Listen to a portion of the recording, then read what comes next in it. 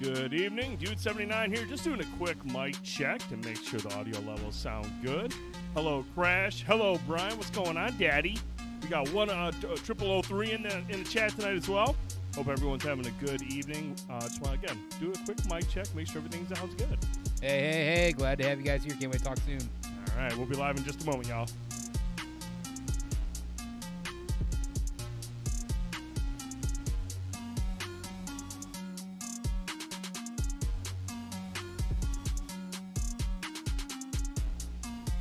Thank you so much, Seven Dungeons, for that raid. We appreciate you, bro.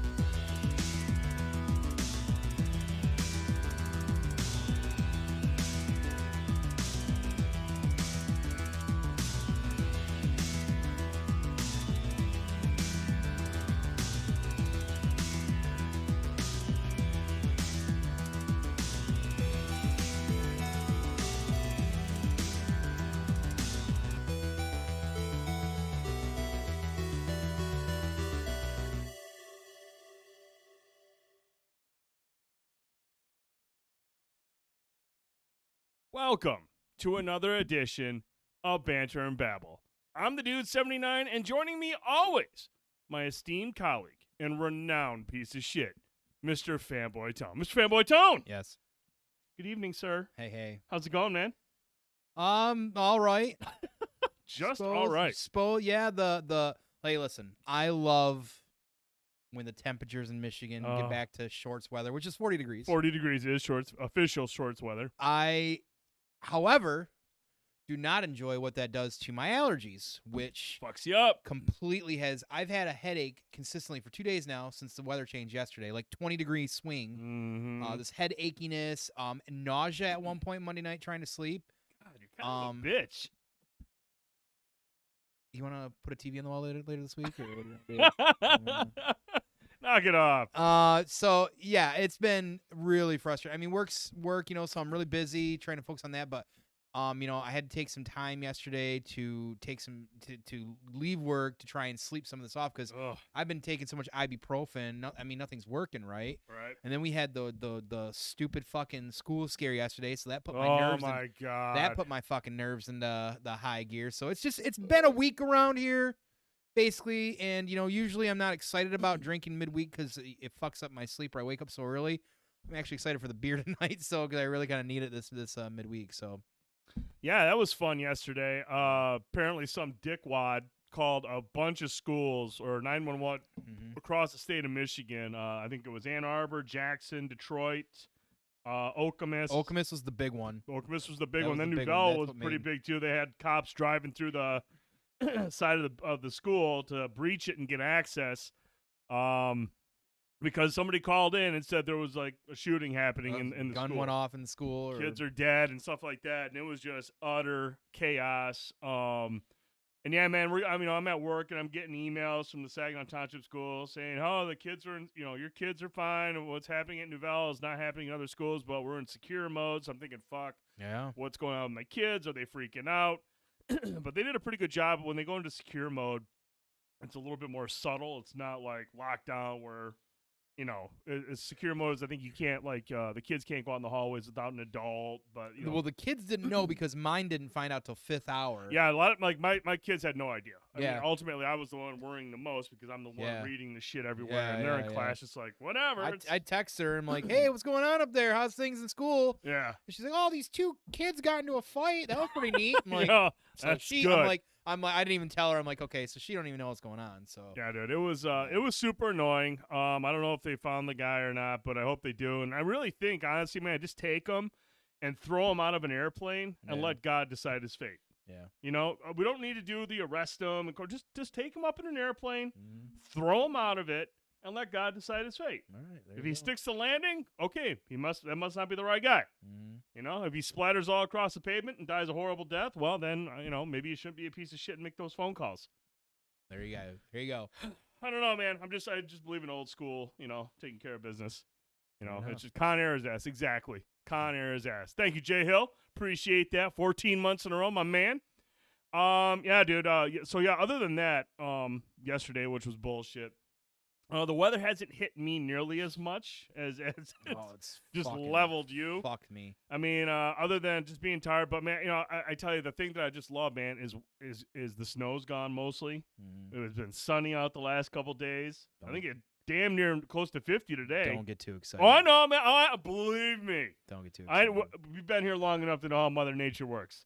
She's like, "Oh, you like that, huh? Yeah, like this 50-degree short weather? Probably got one more coming, I'm sure. Yeah, you like that sun? Oh, that's cool." Then she just fucking takes a shit all over you, and it's the mushy kind, and it's just gray skies and fucking 20 degrees for like 10 days straight. We've seen the sun maybe 2 or 3 times in 2 months here, I feel like. Ugh, it's, right? Dude, when it does come out, man, it's kind of like in the movies when people come out of shelters, you're just like, oh, fuck, what is that thing? Probably what gave me the headache the last day or so. It probably is, man. Tell me, everything lights up. It's bright. It's like looking at fucking it's like looking at your lights in the ceiling directly forever. You're just like, oh my God, I'm not used to that shit. See, it's 30 there. I mean, see, by 30, I'm not, It was last week when I'm working in the basement and like it's 10 degrees. I get down there. It's 57 degrees every morning. Yeah. And it takes an hour and a half for the gas heater to get it to like near 70 degrees down there.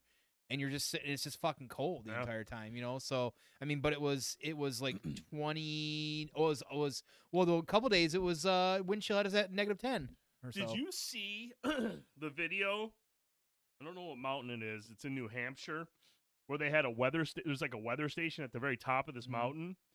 And there were wind gusts, about 100 miles per hour wind gusts. And and that made the wind chill like -108 degrees. It was freezing fucking cold. That's fucking nuts. Like, it was crazy, man. One says, "Did you guys see LeBron James yesterday?" Yeah, man. All-time leading scorer in the NBA.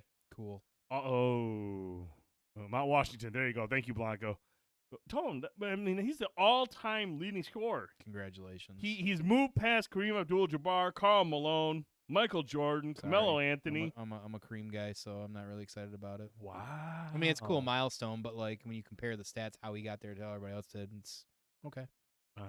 Dude, did you see the picture where he's doing his shot and there's a guy underneath the hoop, the Lakers got his hand up like, hey, I'm open. Yeah, and then that tweet that I sent you in a primer, the guy was like, he looks like Bill Murray in Space Jam going, hey, I'm open. Yeah, and he's funny. like, it ain't coming to you, bro. Nah, listen, hey, no, kudos to him. Like, I'm not really a LeBron fan. I know a lot of people are. That's cool. Like, you know, I was one, bro. I was not one of the ones that was upset when he went to Miami. I mean, I get it. Sometimes you took the day off for the decision. Don't lie to me. No, I didn't. I was just fine with it because I like the Heat. So, like, but yeah, I'm a Pistons fan. So he was a Cavalier. I don't fucking care about the Cavaliers. Fuck Ohio most of the time, and fuck if you're a Cavalier fan. I don't give a shit. Wow. So, fuck LeBron. However, which makes it hard because I'm a Showtime Lakers fan. So as a Lakers fan, been very hard to watch him because I just don't give a shit about him. So, but hey, it's cool. Congratulations to him, I guess. There you go. He's in That's history. no small feat. That is is the no all-time small leading feat. Not scorer. to take it away. No small feat. Not But who's got more rings, Jordan or him? I don't give a shit about either of them at that point. Oh, okay. I'm again Pistons fan. I really in your mind, it's Bill Laimbeer's the best player. I really don't Thomas. give a shit about fucking Michael Jordan. If you want to be honest, no, not at all. Okay, Fuck all right. Chicago fans too. Okay, all right. I get it, man. I get it. Drawing lines. I'm just trying to trigger you. I know that's a good conversation. That one triggers me because I do not like Jordan at all. Oh wow. Okay, all right. He's a true fan. He got his dad killed, everybody, because he's got a gambling problem. So the bookies pieced out his father. So Michael Jordan's a piece of shit. If you want that on record, there you go. Write it down. Moving on. Moving on from basketball and Tone's thoughts on everybody outside of the Pistons organization. Correct. Tone, what are we drinking tonight? Just realistic, J Hill. We are drinking Roac, the Royal Oak Brewing Company. This is their kettle sour, the caramel apple sour. Haven't had this in a while. I was trying to get us a different beer, a limited edition from Pigeon Hill that does our OCP, but unfortunately my place was out, so wasn't able to get it for us. So I'm like, well, I still want something different. And, you know, I haven't had this in a minute. And, you know, as a kettle sour, it's got really that tartness. You get that caramel right away. You know, it's you know, we don't got a lot of places in Michigan that make sours, so you got to give respect where it is. Kettle sours are a little bit more unique. You typically like the fruited sours. It's a delicious brew nonetheless. So yeah, it's tasty, man. It's got a little bit of a bite to it. It does a little have bit a of a little bite. It's got bite. that sour tartness that you would expect. But good flavor, man. It's really good flavor. I really wanted to get out to the Maple Grill today, and I wanted to grab a growler of that blueberry ale. We will have that next Wednesday. They're going to be out. Some blueberry ale from Maple Hill or Maple Grill. Maple Hill. I keep saying Maple Hill like the golf course. Why not? Have you been to the Royal Oak Brewery? That's Roac right here. I wish I want to at some point. Hopefully someday we can get a beer quest down that way. I love. There's some great breweries in that area, and this is definitely one of them as well for sure. That and Rochester Mills is another big one too. Is it? It's pretty awesome. You have to check it. Tis very, very tasty. Yeah, they actually do an IPA. I don't mind there too, but their kettle sours are pretty good. Awesome. Tones, a couple of things you want to talk about, man. We're getting closer. Less than a month. So we are super close now, as you know, to the Mid Mall Comic Con. Yes. There is so much coming out. I know Paul over at Fets he's busy. He's all day posting on Facebook. There's constant updates. It's hard to keep up with because work is busy, but we try to share a lot of that as soon as we can as well too. So really exciting. You're definitely ready. So I did get a chance to talk to Paul briefly. We just want to give an update on just kind of a generality of some sponsors. Now I'm going to go through some sponsors that, you know, some are updated. Some are pending, we know yet as well, too. And there's people out there that we might miss. Listen, we know there's a lot of you out there. We appreciate all the support. It's just a lot to cover sometimes, so we try to do the best we can. But we want to definitely announce that we've got some great cosplay sponsors. So for the cosplay contests, people have been donating some awesome stuff. We got Black Wings Cosplay, lots of prizes they've got set for us. Maddie's Pizza, 3 pizzas. Artsy Andy got a dice set in there. Jordan Scavone made badges, so that's a pretty big sweet shout out. The badges look sweet. Have you seen those? Yeah, they're really awesome. We got some printing sponsors as well, too.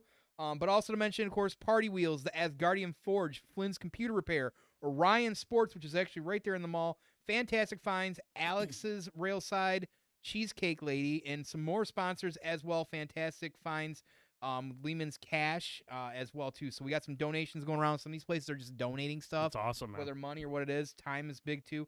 Some food sponsors out there for some of the Fets folks. Dual Bar, Olvera's, Cottage Inn Pizza, Alex Railside, and Brinstar. So video game and coupon sponsor, which is Brinstar. So we'll talk about that just in a minute as well too when it comes to Brinstar. They're one of the newer ones here shortly. But thank you for everybody that's out there still potentially getting involved, has been involved.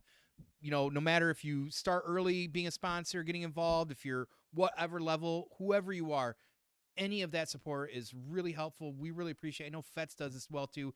He can't stop thanking people enough for the sponsorship, and we also want to do that too. Thank you so much for everybody involved. It's going to be massive this year, and that sponsorship, that help, that's the kind of stuff that you folks out there might not realize, but that's what's leveling us up. And within the next couple of years, who knows? Who knows how big it's going to be. Paul's working his ass off. Nonstop around the clock. Nonstop. So we appreciate you. Really excited. We're getting really close to the Comic-Con. So that being said, also want to make sure to give some shout outs here. As you know, 7 Dungeons is going to be there. They're going to be doing D&D behind us, kind of behind the cosplay area. They're going to have tables set up as well too. So if you're in the area, you want to go watch them play, watch them do some D&D stuff, certainly make sure to stop by the table. They've got some amazing giveaways. They've got 2 dice towers that he's giving away that he 3D printed. I wish I would have grabbed it. I'll have it for this show next week. I'll put a picture up. Yeah, it's pretty intense. Awesome. He's put together a couple great giveaways as well too. So really excited about that. Half-ass booth review will be around that weekend. So he's not beer review that weekend. He will be booth review, walking around the camera, getting some external shots of us doing our thing there, of 7 Dungeons, and going to different booths and finding some booths that he finds interesting, talking to some of the folks there, talking about, whatever he decides to come up with and have conversations. So watch for that content as well, too. We'll share some of that, too. So really excited as we have our own, I do want to make sure I say this, we do have our own booth babe or booth person, if you will. Oh, really? Crash will be there as our own personal booth person as well. So really excited. That's hot. Sounds like he's going to be cosplaying. Hopefully it's Prince one of those days. Dude, if it's not Prince, I'm going to fire him immediately. I'm excited about Doom, but definitely excited potentially about some Prince. So we're going to try and get him to do it. But we really appreciate that help, Crash. That'll make it so that, because it's hard for us to interact while we're talking, have some there to be able to do that. So that'll be exciting. And, of course, it's one of our, closest pals there, too. So, but also, so to mention, matter of fact, of half-ass beer review and some B&B mixing, as always, sometimes we try to get the 3 of us with 7 Dungeons involved to do beer quests. This coming weekend, we are going to be checking out Brinstar, actually, in Midland. Yeah. Brinstar is a new, beercade kind of in the area. They serve beer, of course, on tap, and craft beers, a couple of them as well. But they got video games, all kinds of different stuff as well, too. And they make food that is, literally something you would expect mom or grandma to make. I see pictures of this food all the time. It looks like it's scratch made, homemade. I've seen some plated stuff in there. It's very what have you seen? Give me an example. The stroganoff, beef stroganoff, the meatballs, and I keep saying it. Oh God. I know this sounds crazy, but I'm a big fan of pasta. They did spaghetti one night because people were asking for it on a Sunday. If you tell me that there's a beercade out there that's going to serve you home-style, old-school spaghetti, that's a place I want to call a destination. So really excited to go out there and hang out there this Saturday, check them out, and who knows, we might make it over to the SVRC Marketplace for their little beer fest thing they're doing this weekend as well, too. But I digress. So really excited. So a lot of stuff going on. Again, Midland Mall Comic-Con's only a few weeks away, and we're super hyped. So fucking hyped. Really excited about that, dude. Now you got me going back, dude. Look. When the winter comes around, the crock pot, the Instant Pot, those things get serious work. This time of year, that's all the work. Man, the wife just made beef stroganoff the other night. I mean, dude, I don't know if there is anything better than beef stroganoff. I mean, honestly, man, there's a lot of great things that you can get. I love meatballs, man. Dude, hey, look, don't get me wrong. Meatballs are fucking amazing. But, dude, beef stroganoff, with all the noodles and shit in there, if you get the noodles mixed in with, oh my God, dude. If it wasn't frowned upon, I'd probably have relations with a big plate of fucking beef stroganoff. Yeah. It's that good. Right, stroganoff's got the meatballs, right?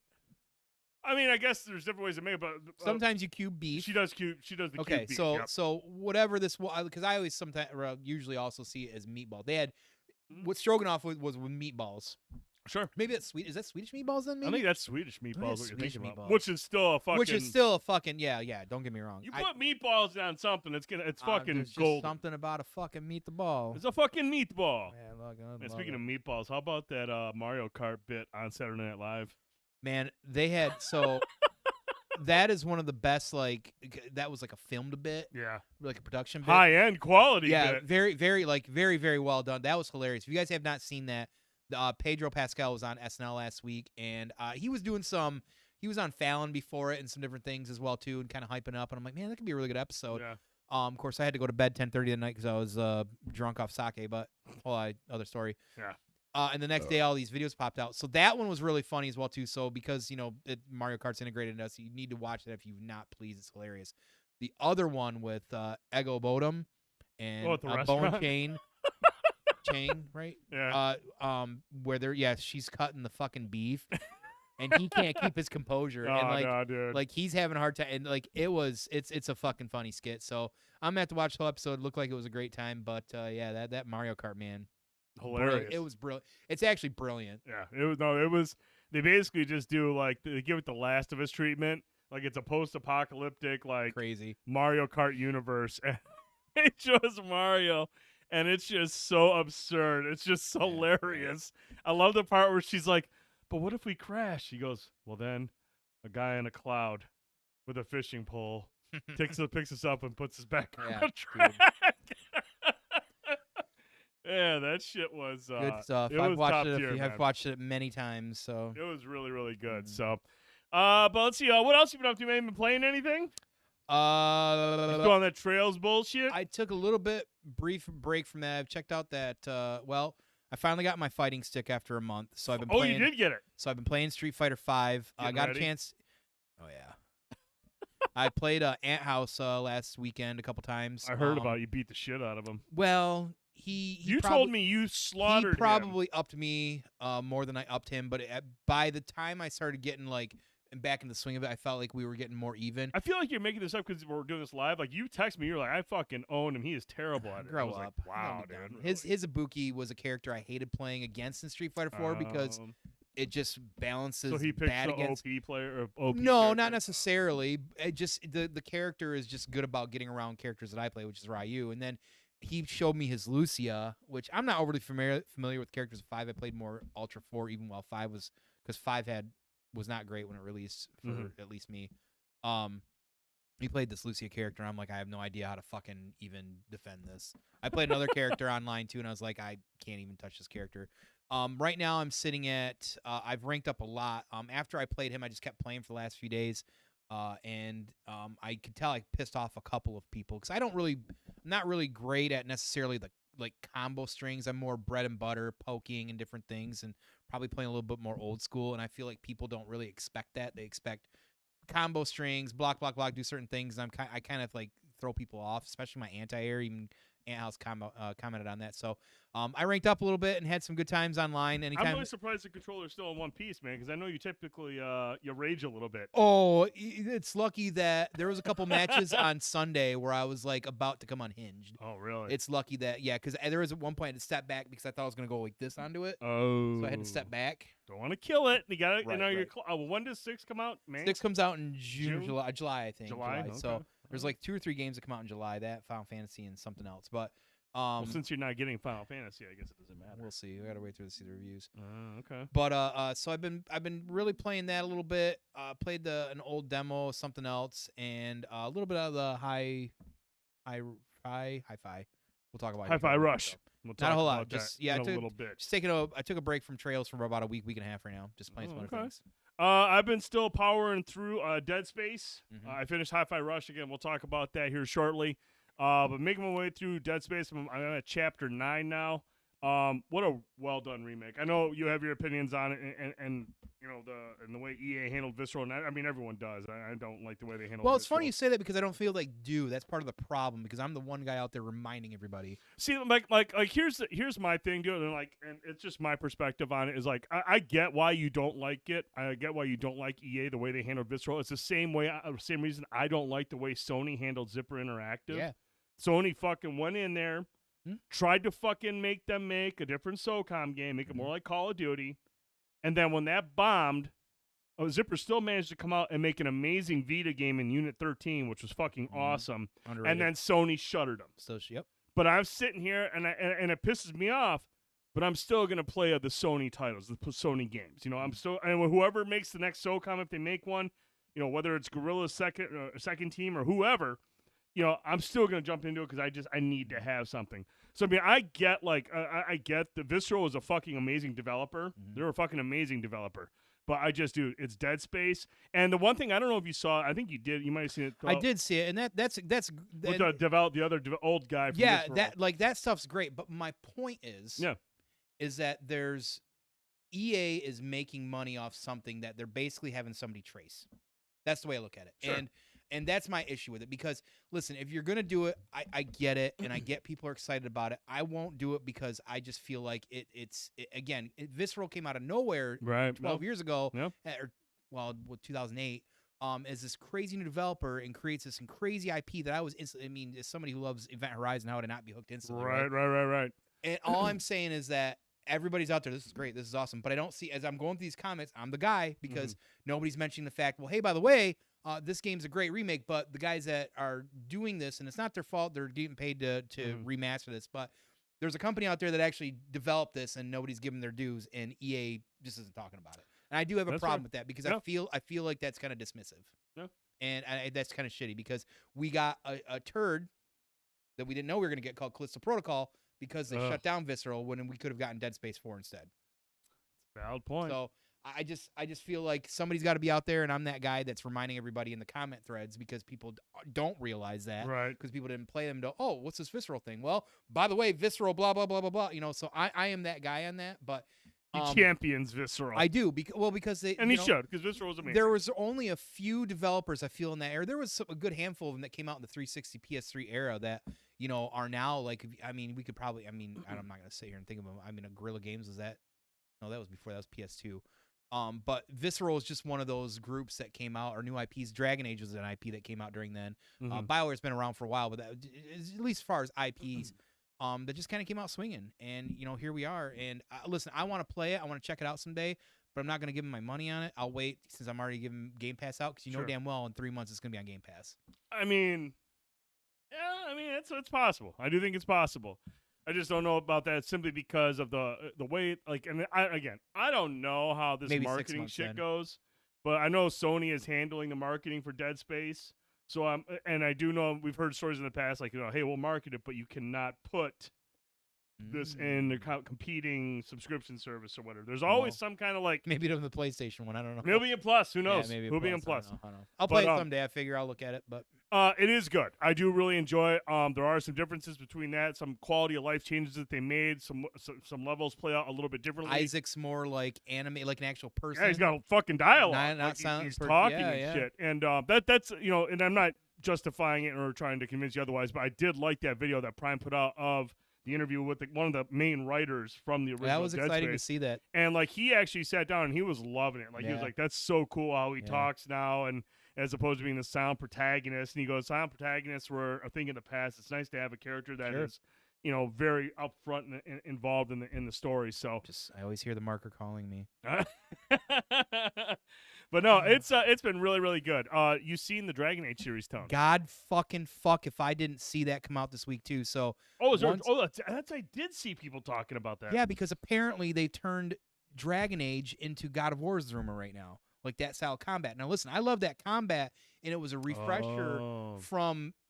It was a good evolution from old school God of War to the new school. Like it made sense. Yep. Now they're taking what Dragon Age has been. It's always been like a hybrid.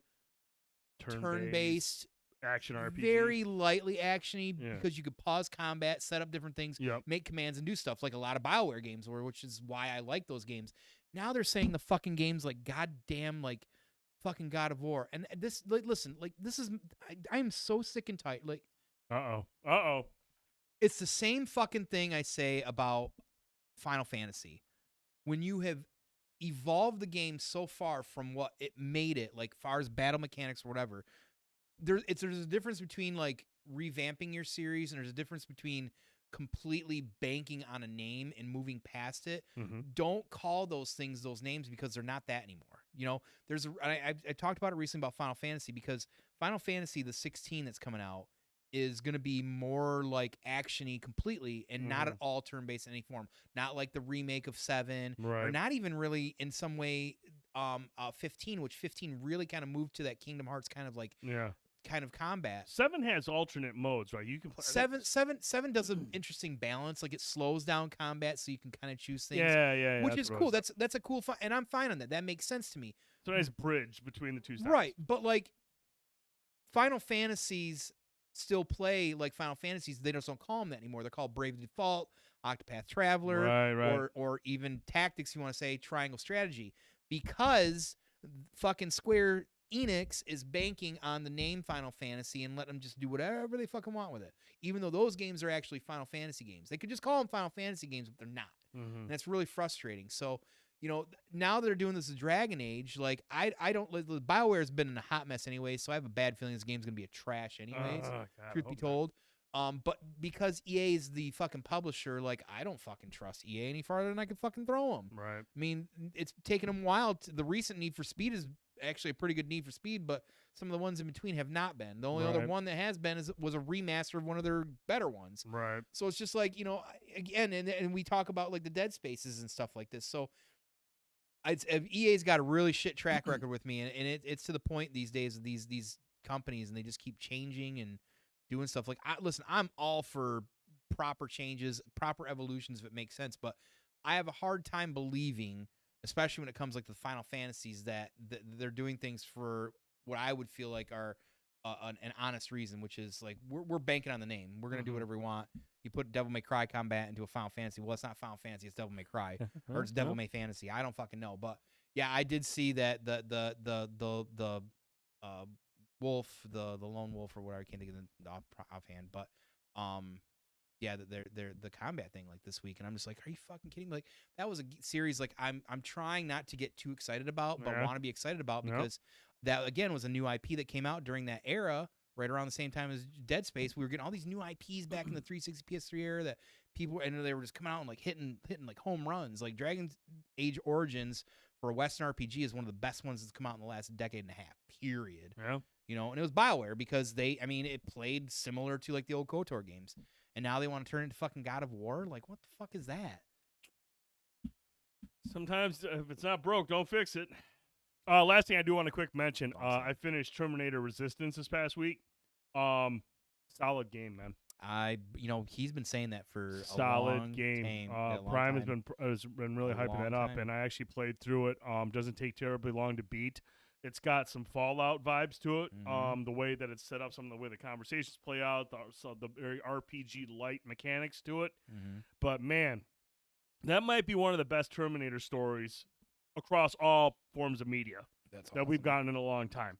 The way that it ties into 1 and 2, there's some deep cuts. Yeah, you were sharing some that pop up, and dude, and the thing is, after I beat it, the last couple of days, I actually watched Terminator 1, Terminator 2 again, and I even watched Dark Fate, because I know that's considered like canon, you know, in a certain way. That's considered more canon than 3 and the other Genesis and all that shit. And but I mean, especially 1 and 2, dude, there's things that they say that I'm just like, oh shit, like they're cutting back, especially when you get to like Kyle and he's talking about people that he met back or in the future. And they're dropping names. I'm just like, oh, I remember hearing about that guy. I remember hearing about that guy. I was like, damn, that is actually really fucking well done. And it was a good story. There's so many great callbacks, so many little Easter eggs. I sent you guys, I got the song from Tech Noir playing when you go to Tech Noir. There's an infiltrator mode that you unlock at the end of the campaign. And one of the places that you go to, you actually go to Tech Noir. Like, it's the same setup. The front door, the cage that you have to walk by to get back behind. That's cool. Everything is right there. And I was just like, dude, that's so cool. That's gnarly. I mean, like, look, say what you about the game. It's got plenty of jank. It's very limited in terms of, like, its graphical prowess. It's not the best-looking game. But the thing it does have is passion. You can tell the people who made the game, they're I think it's Reef Entertainment. I think that's what it is. Very passionate about the IP, about the source material. And I mean, dude, you can tell it was a labor of love. It's something they really enjoyed because it is really, really good, man. Just, I mean, like, look at Aliens Fireteam. I mean, that's a labor of love, too, for a series. Yeah. You know, I would even say, man, Aliens Colonial Marines. Even though they got fucked over with a lot of stuff, you could tell there were bits and pieces in the game where just like, man, early on there, they loved Aliens, but you leave it to Randy Pitchford and company to get in there and start fucking shit up. Yeah. But no, dude, if you guys get a chance, check it out. I know the PS5 version got a PS5 upgrade. Yeah. For whatever reason, the Xbox Series X version never got like a next gen upgrade. That's weird. So I would recommend playing. It's an easy platinum. Like you can get it in the single playthrough, and then you just do one infiltrator mode and find the 3 secrets around the map. You can get an easy platinum in the game. Don't we have a No, there's a Terminator game coming out that the three of us are really. No, it hasn't been. I don't think it's been officially announced yet. It's been hinted at that there is something like a Terminator in like an Ark universe type of thing. Because we like. I'd be all over that shit. Prime for years and I have talked about having like, why have they not made a Terminator game in the future during the Resistance and trying to like do like DayZ sort of stuff? I can't help but wonder if it's because obviously a Terminator is an older IP. You can only make so many games. Then, you think, like, how much do people today appreciate Terminator outside of, like, us old guys? Right. Is that really a strong IP to create something? But the fact that you can do something now online with these MMOs or these live service games or games like Ark survival games, that shit does work in a futuristic Terminator setting. Perfect. Absolutely. Like scavenging, but also trying to hide from T-800s. Yeah, you got the HK tanks rolling around and shit. Yeah, the fucking the things over. Yeah. I can't remember what they're called. But yeah, I can't think what they're called either. And the sounds. I mean, that shit would be dope, man. You're part of the Resistance. You're reporting John Connor. Dude, Terminator 2 is better than Terminator 1. Dude, you know what, man? I actually watched them again. And, I do like T2, but I just love the overall tone of T1 because it's more of a horror It's a darker, grittier vibe. T2 is a really good movie. Don't get me wrong. It is a fucking that's the thing. Like, whenever somebody says, oh, this one's better than that one, I mean, everyone thinks, oh, you think the second one's trash. No, the second one's really good. It's just I like the tone, and I also like I like it too. I appreciate that. I like a bad guy to Arnold Schwarzenegger. I like it when he's the bad guy. I liked him as the bad Terminator, but man, but him and the T-1000 the fighting, dude. Dude, it was dope, man. Don't get me wrong, it was dope. What about the semi truck coming off the fucking? Dude, some amazing actions. Dude, the helicopter chase is still a top tier fucking action sequence of the 90s. One of my favorite scenes in that entire movie. There's a lot of them in that movie. The one where he walks through the cage and the gun gets caught in that's like a brilliant little nod or thing to think of. But when he's in that fucking nitrogen, that liquid nitrogen, and he's starting to walk, and all of a sudden he's like, and and they shoot him, and he goes to pieces. Like, come on. Hasta la vista, baby. Yeah, dude. Lights his ass up. Fucking gnarly. Okay, we can go on and on about Terminator. We're obviously fans of Terminator. Tone knows T1's T1's better. He just likes to be edgy and says T2 is better. T2 is better because it's awesome. Some of the shit people doing in Reddit with Chat GTP is for real Skynet shit. What is Chat? I don't know what Chat GTP is. Oh, some of the AI shit that's going on right now. Is that the new stuff that they were talking about recently with Google, or then there was another thing? Amazon and Google are doing some bullshit with AI. That's how it starts, man. I mean, clearly none of these people seen Terminator and don't understand. We fucking are the reason. Just saying, yeah. Let's not fuck with it. We've already got the goddamn robots at Boston. What's that place that has the robots running around doing stuff? Now we're creating AI. I'd rather not talk about it. It's just like, cool, man. We have things under control. There's a guy named Miles Tyson. Who's Dyson, who's working in animatronics and shit. Cool. Get your shit together, society. Yeah. Because the machines will learn. Terminators are awesome. Just accept your defeat now so we can all move forward. Not a bot. Mm-hmm. Yeah. Okay, Skynet's talking to us. Cool. Skynet's logged in. Not a bot. Yeah. Okay, that's not a good giveaway. Cool. Thanks, Trinorth. All right, let's get to our first topic of many. Tone, today, we had a surprise Nintendo Direct. I mean, they announced it just the other day. Like, hey, fucking join us on Tuesday or Wednesday, whatever fucking day it is. No hashtag totally not Skynet. But we got a Nintendo Direct today. We did. And, a lot of people were excited, like, oh, are we going to see some more Zelda? And I'm just like, probably. It's 3 months before launch, before Tears of the Kingdom comes out. Tears. But there was, they said it's going to be 40 minutes, and mostly focusing on games coming out in the first half of 2023. I think that was bullshit. I think this is just what's coming out in 2023. Because seriously, after Zelda, we know nothing. Nothing at all. So, The Direct came out, and honestly, man, up until like the final 20 minutes, this thing was a snoozer for me. I know there's a couple other games that stood out to you, and I know you want to mention them, but for the most part, man, I was like, this is mid as fuck. There is nothing here other than a couple. I think Advance Wars was somewhere in the middle. I was like, okay, cool, fine. We got a date for Advance Wars, April 21st, almost an exact year from when it was supposed to come out. So we know Advance Wars is slated to drop on April 21st. Finally, after being delayed for a year due to the conflict in Ukraine, Nintendo made the decision to delay things because they're just like, hey, look, we can't have a game about war. And then Call of Duty's like, man, fuck that. We'll be out.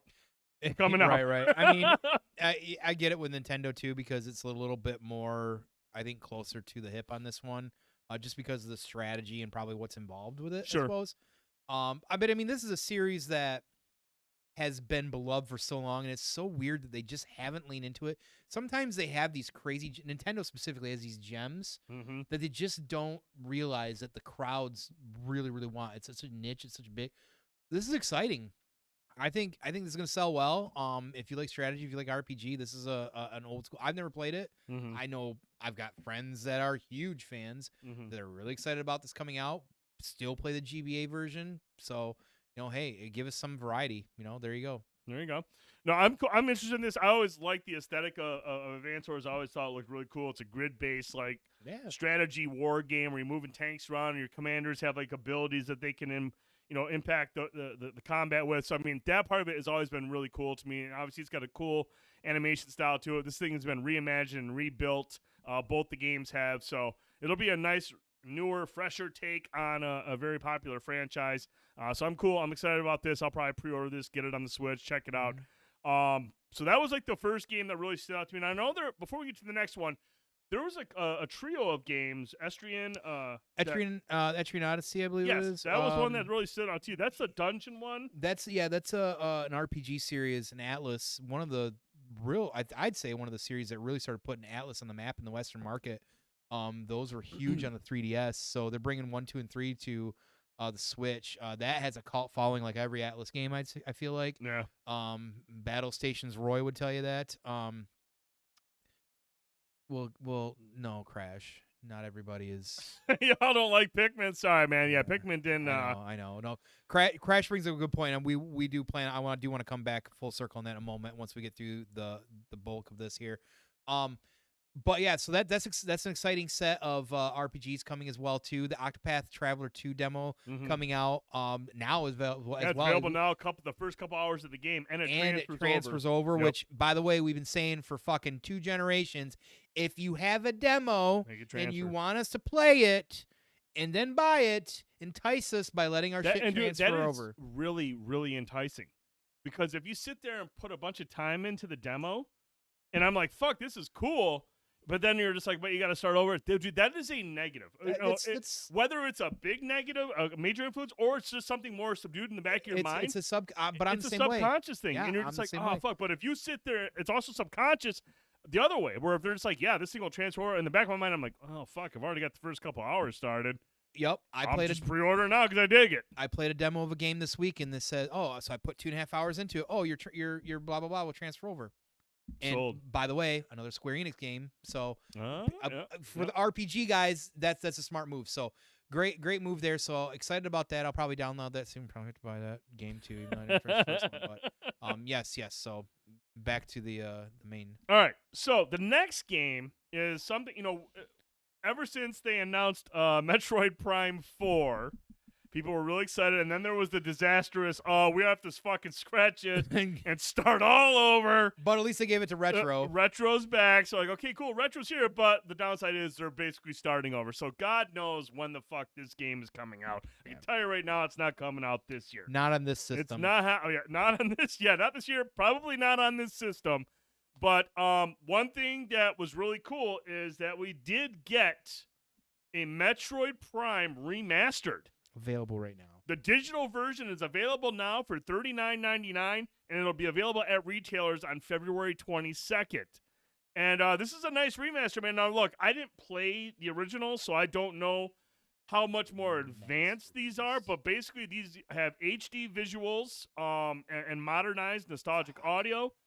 modern dual analog controls for the first time, along with the original control setups from the GameCube or the Wii. For the fans of the GameCube and the Wii system versions of the game, multiple difficulty options. So if you want to get into it for the story, you can do that. So it's got a tone version.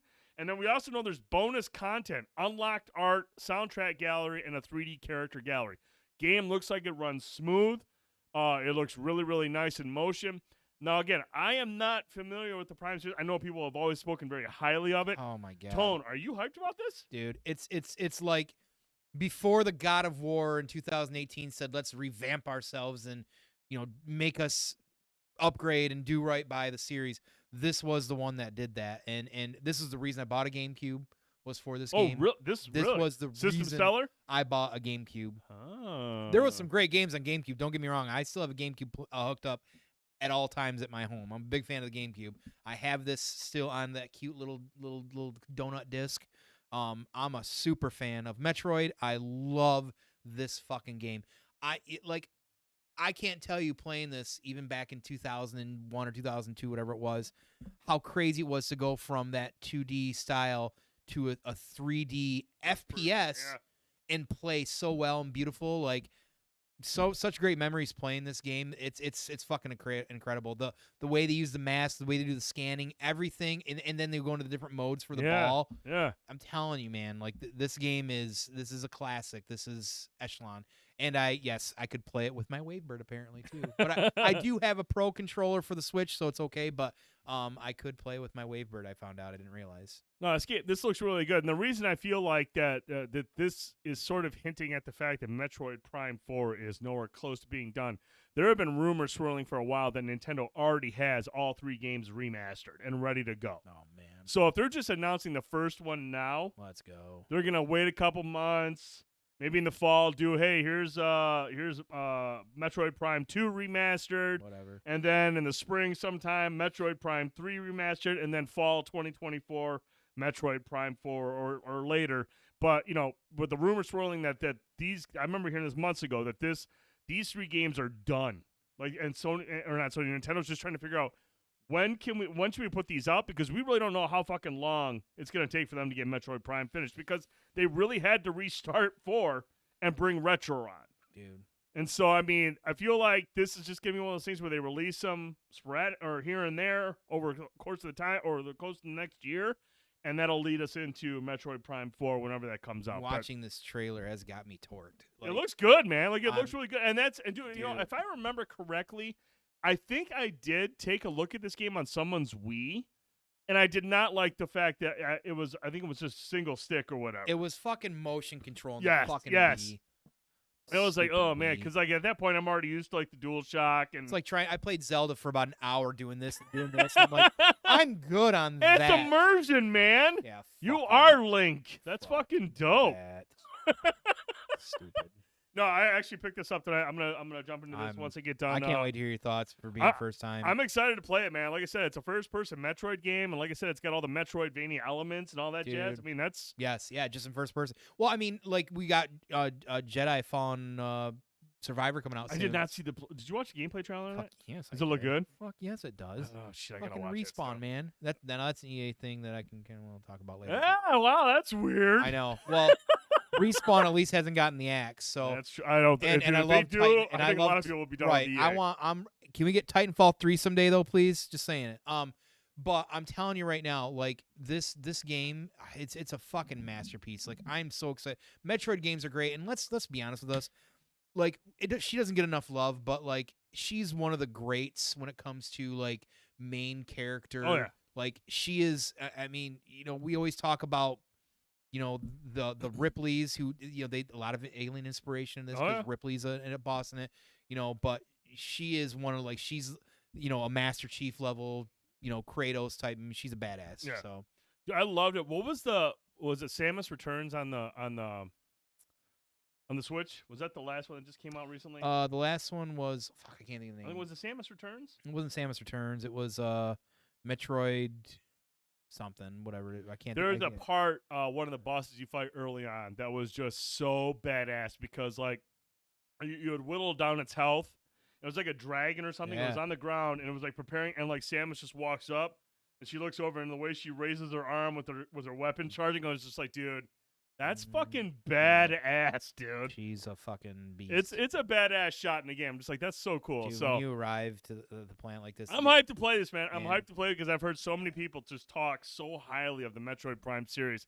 So the fact that this is now out again digitally, it's $39.99 on the eShop. I think it's about 6 gigs is what I saw when I downloaded it, and then it'll be available at retailers if you want physical on February 22nd. So out now. That was a sweet announcement when they said it's out available now. I was like, okay, that's cool. a cool surprise. Woke me up, got me into the show. I was like, all right, cool. I'm hyped for the rest of the show.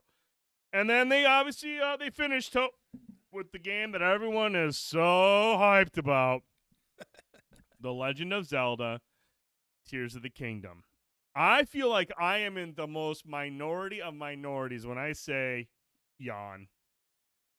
No interest in this. Breath of the Wild, I mean, it was cool. I like the little chambers that you go into, and some of the puzzles were cool, but literally, dude, there was nothing else to do in that world. Nothing that was like enticing or exciting. I was just like, man, this is fucking yawn. It was a beautiful, cool, creative. It's created lovely, but it was just kind of like, okay, this is boring. I always had an issue with the item decay. I thought that was annoying. Oh, how your shit wears out when you're using it and stuff like that. Like I mean, nonstop. I'm used to it in some games, but it just like in this one, it was just like, whatever, you know. And like, look, man, and I know people love Breath of the Wild, and maybe I need to finish it someday to actually fucking really enjoy it. But like, look, man, I have a limited amount of time to play games, and a game has to hook me with its story and its gameplay. And something about Breath of the Wild just didn't do it for me, man. I just could not be like, I wasn't sitting at work or not away from the Switch going, man, I got to figure out when I can fucking play that next. Yeah. That means a lot to me, man. Like, everyone is different when they figure out if it's a game that they love or they not love. For me, it's thinking about the game when I'm not playing the game. It's wishing I was sitting in front of my TV playing the game. That's when I know it's something that I really dig. Breath of the Wild just didn't do that for me. Yeah, I put about 15, 16 hours into Breath of the Wild. Oh wow, that's probably close to what I did. Yeah, I feel like what are the big rooms? The Divine Beast? Is it Divine Creatures? Yeah, something. Yeah. I think I got through 2 of those. Got you. Okay. And I was just like, okay, cool. Yeah, I feel like I've seen one. enough. I was like, listen, I loved old school Zeldas. I wasn't even a big fan of Ocarina. Like, a lot of people like this version of Zeldas. I always like the 2Ds better. I know it's very weird and old school, but I'm just saying, that was more entertaining for me. I had friends that played Ocarina. I've watched Ocarina be played 1,000 times because of that. It never resonated with me, but I understand and can get why people enjoy these. It's one of Nintendo's biggest franchises, if not debatably their second after Mario, right? So, or maybe even number 1. I don't know at this point, but Breath of the Wild didn't resonate with me. It's just not my thing. And that's perfectly fine. But I know it does for a lot of people. So, I'm right there with Oz the Curious.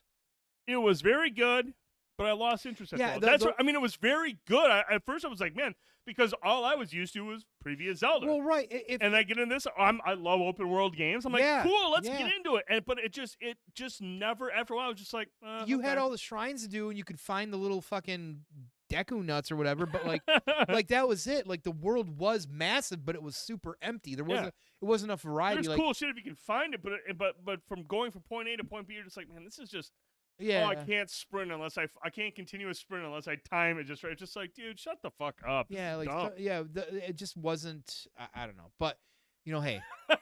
I says I am not a fan of climbing simulators. No, I mean that's fair too, brother. There are so many things that people love about this game that when I hear them talk about, I'm just like, what game are you playing? And hey, maybe this will have more going on in the world. And that's the thing. I don't want to discredit it. And it kind of looks like it might. It might. Maybe they learn from that. Maybe they learn from their shortcomings. Because with its pricing, I would hope though. Yeah. Speaking of which, Tone, Nintendo said, "Fuck it, bro. We're gonna get on board with the $70 price tag." When Legend of Zelda Tears of the Kingdom launches on May 12th, it'll be $69.99. The first Nintendo Switch game that has entered the $70 price range. Now look, you and I understand your perspective on it. for me, I'm just like, okay, this game looks beautiful. I mean, I love the art style, but I imagine the cost of this game isn't going to rival something like God of War or Horizon Zero Dawn.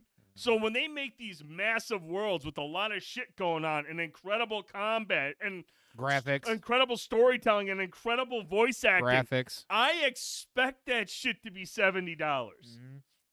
But Zelda on a Switch game, $70? Mm-hmm. Okay, slow your roll, man. But the thing is, like your perspective is, and this is all Nintendo fans, they don't fucking care. Yeah, so they're gonna buy it. Yeah. First of all, like I had told you, is like if some of y'all remember, I don't know how old all y'all are, but like on N64, the games were $75, $80 for some of those cartridge games. They were. You know, and the cartridges are smaller, but it's still cartridge, right? Like, you know, they were for that system. And no one like that was $10 to $20 more than most average for PS1 games at the time. Yeah. So it's not overall a shock. They've been managed to keep it at bay for most of the cycle of Switch, what I think is kind of fair. And Tri-North just said I paid $100. And like, look, I am not like that was like I'm not. And that's the thing. here. Like, I get that then.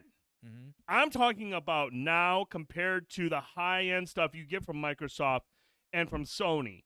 Compared to that, and what goes into a production value and stuff like that. Yeah. I am going to tell you right now, I would love to see the numbers to prove me otherwise. There's no fucking way Tears of the Kingdom costs anywhere near as much to make as a God of War or a Gears of War. Right. There's no way that all that production is on the same level to justify, hey, let's go $70. Totally agree. What I will counter with that, though, is that when you consider inflation over the last 20 years, generally, even before recent times, I'm surprised games aren't $100 for discs.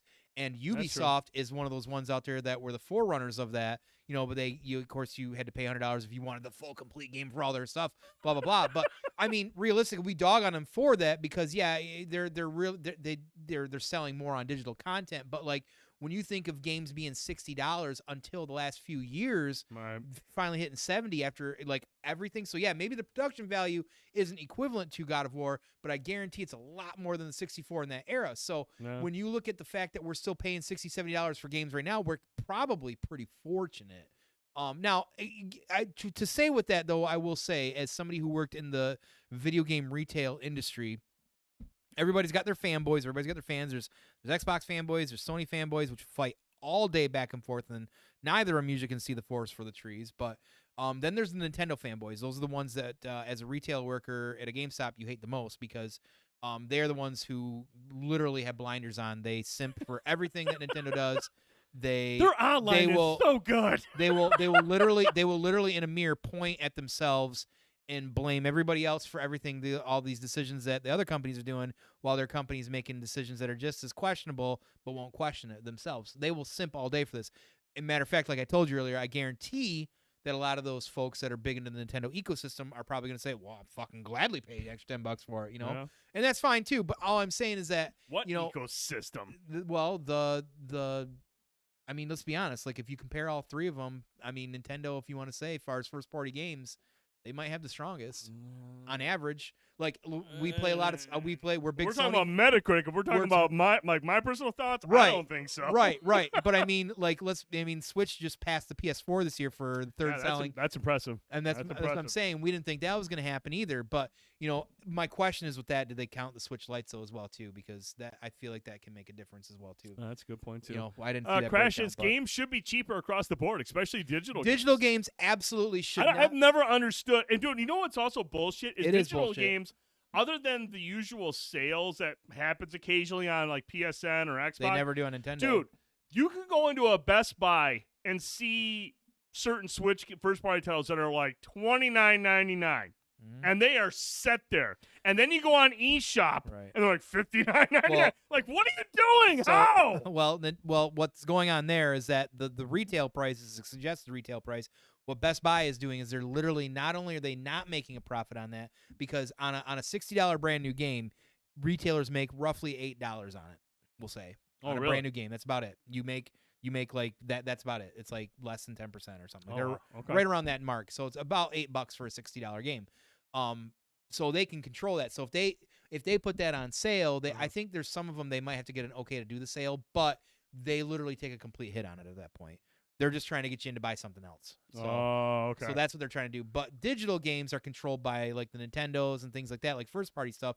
I mean, at that point, look how long. I mean, even $10 off Call of Duty sometimes maybe around Black Friday. Right. $10 ain't that big of a deal, especially if it's digital. But like Nintendo is going to want to make every single piece of their profit that they can. So they're certainly, and again, it comes back to the fact that they're the people that are really integrated in their system are going to pay no matter how much you tell them to pay. They will pay it every time. Because Nintendo fans are suckers. Dude. Well, and a kid's born every minute. So like when you buy like when you get a Switch and you're like, okay, well I got to get a Switch. I got these games for my kids.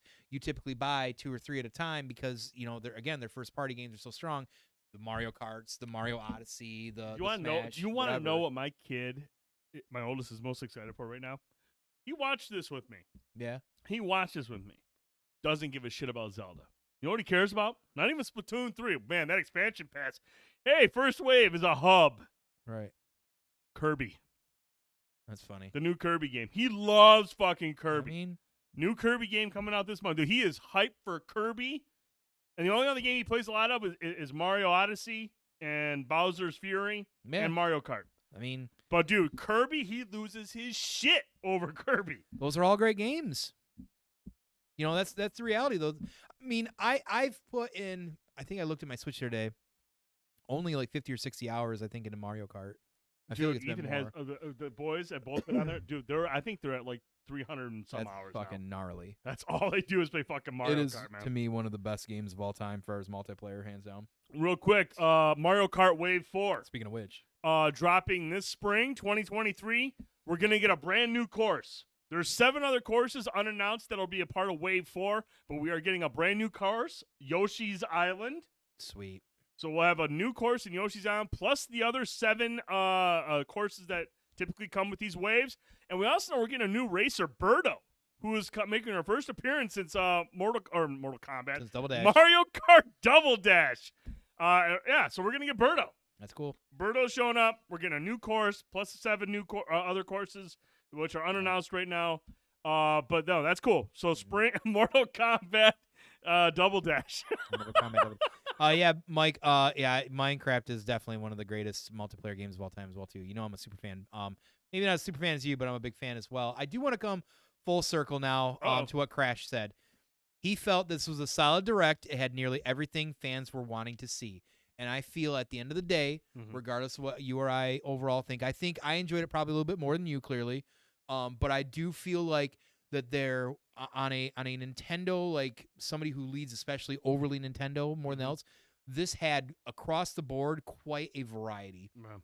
If you only have a Switch, you have so much variety. Like they might not be big, great, new or huge announcements, but you're talking from RPGs to another Zelda coming out, Metroid Prime dropping out of nowhere. There really is a lot of great stuff. After Advance Wars, I felt like the show got better, but overall, but I think honestly, man, the thing that really kind of fucking took me out of it was the Splatoon 3. When they got the expansion pass, and they're like, Wave 1, go to Inkopolis, the hub. No new maps, fucking nothing. Just like, and they're just like, and everything they sell here, you can get in the original hub. You can access Salmon Battle or whatever, Salmon Run from here. It's a hub. The first wave of their expansion pass is a hub for other people. I was like, I was just like, if I had the expansion pass, I'm like, that's a fucking buzzkill. And then they're like, but don't worry, sometime later this year, side order. And we get nothing other than a couple of shots of a character and what looks like a new world. But dude, when I seen Wave 1 was a hub, and that's like one of their big lead-off things, I was like, oh my god, this is terrible. And then some of the other games, just really sweet. Omega Strikers looks pretty good.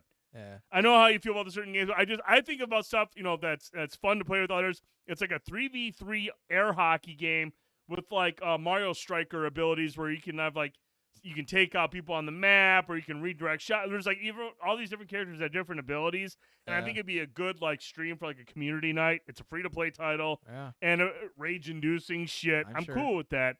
But like up until Advance Wars, I was just like, this thing is fucking mid as hell. And even after Advance Wars, there was just stuff coming up. I was just like, no, I don't give a shit about that. Don't give a shit about this. Don't give a shit about that. And then finally Prime, and then it finished strong. But man, I just could not get into most of the show. That's fair, and it crashed like so. No GBA and GBA talk. So here's what I'm gonna say about that, and this is a me thing. And is he talking about the Game Boy shit? They should have done that a long fucking time ago. Like, yeah, it's I wasn't cool. a Game Boy enthusiast. It's cool, but like you're literally talking about handheld games that aren't gonna look. I mean, I got the extension on my fucking GameCube to play advanced games. Yeah, it's cool, but like it loses its luster real fast. Like, it's a cool option they should have had, but it's just like how I feel about Game Pass and the PlayStation shit. I don't play games. I don't replay games. I don't play fucking old games unless, especially if they're not remastered. They look like shit on a big screen, anyways. Like, the new stuff's coming out so constantly, and the new stuff's bigger and better. Like, chances anybody's gonna sit there and play through an entire GBA or GB game, pretty slim chances to none. And there's probably people that are like gonna play through it for, dedicate. And I'm 20 glad hours they're to a enjoying. game. But I'm with you, dude, man. Every time I see that's this not stuff, it's just not a big announcement. every time I see this shit, I'm just like, cool. I wasn't using the expansion pack. I'm not playing the NES games. Barely Dude, I have some of the greatest memories from the NES and SNES era. I don't use that shit. I don't want to fucking play any of those games. No. Dude, I love SOCOM 2. I love Resistance. The first Resistance game on PS3. I fucking love that game. The gameplay, the storytelling, everything was great. I was gonna play it I played it like a year ago. I was like, ugh. Yeah. I don't want to fucking remember it like this. That stuff. I mean, it's cool as an announcement, but like it's like it's There's nothing. this weird thing where Right. people feel like, oh, I like old games. I'm fucking edgy. I'm a hardcore gamer because I like old games. I'm just like, dude, I want to see you do a stream playing a fucking old-ass game from 20 years ago and show that same excitement you did 20 years ago. There's no fucking way you're going to sit there and be like, nope. Unless it's Metroid Prime. Hey, you know what? I'll try Prime. I've never played Prime, so I don't have anything to compare it against. Right. But there's just certain games, man, I'm just, dude, revisiting games is fun sometimes. I agree. I like to go back, but most times I'll go back to it and play and just be like, I had better memories back when it was fresh. Right. When it was cutting edge. Right. And there's some now I do agree if you're talking about like specific like old school RPGs and JRPGs, because they're still great storytelling, and the combat is just, I don't want to say dated, but I know it is dated for a lot of people these days because that's not the kind of style they like. But you can go back and play those. But like there are a lot of games that, like, when you've got all the emulations and stuff, like when I got the SNES emulations, like you go through them, yeah, it's cool to revisit. I play it for 10 minutes and move on to the next one. Same thing with the shit that on my Switch. Like, oh, cool, Super Nintendo game. Oh, I'm going to play Ghouls and Goblins for 10 minutes. And then get pissed and not want to fucking play it. Like, yeah. I think the idea is what's more enticing, and it should be there for everybody else. But to me, it's just not exciting. Retro gaming is fun to a certain degree, and it really depends. I think I really do feel like it depends on the genre as well too. But I just feel like, man, as we move forward and gaming advances and evolves, I want to move forward with it. I have fond memories of some fucking amazing games from back in my childhood, all the way back to the Atari. I mean, I'm one of those guys. I've played on just about every system out there, but there are just television. And television is where I started. Yep. That's where I started. Burger Time. And like I go back and look at some of those things, and I try to play. I'm just like, ugh. Yeah, it's when people come out. It's cool. Like the Crush It. It's cool to look at. Like, oh yeah, I remember this shit back in the day. But after I played, I'm just like, man, this is fucking old. I'm ready to get back to my new shit. Because we evolved too. Quality of life and casual gaming is a big thing these days. So. Sitting down and replaying Donkey Kong Country was one of my favorite gaming experiences. Again, I think that's those games are again an anomaly. Those games are still they actually withstand the sands of time. They're great platforming games. But like when you start getting into like GBA and like old school Nintendo games, even some Super Nintendo games, I mean that was Super Nintendo era, but those games definitely can withstand that. But Spyro games are fun too, but they just got remastered. Spyro games are fun, but I want a new Spyro game. With new mechanics. Right. Like, crack. I guarantee you, they make a new Spyro game with new mechanics that are modernized, and it's a lot more fun. You're going to go back and play the old Spyro and be like, shit, I'm good. But again, you're talking about, so Pokemon, those are RPGs. Those kind of games can withstand the sands of time, but And a lot of that's more just that nostalgia, and that's all where it usually creates the hype. So, and it's usually just little things, man. It's usually like with Metroid Prime.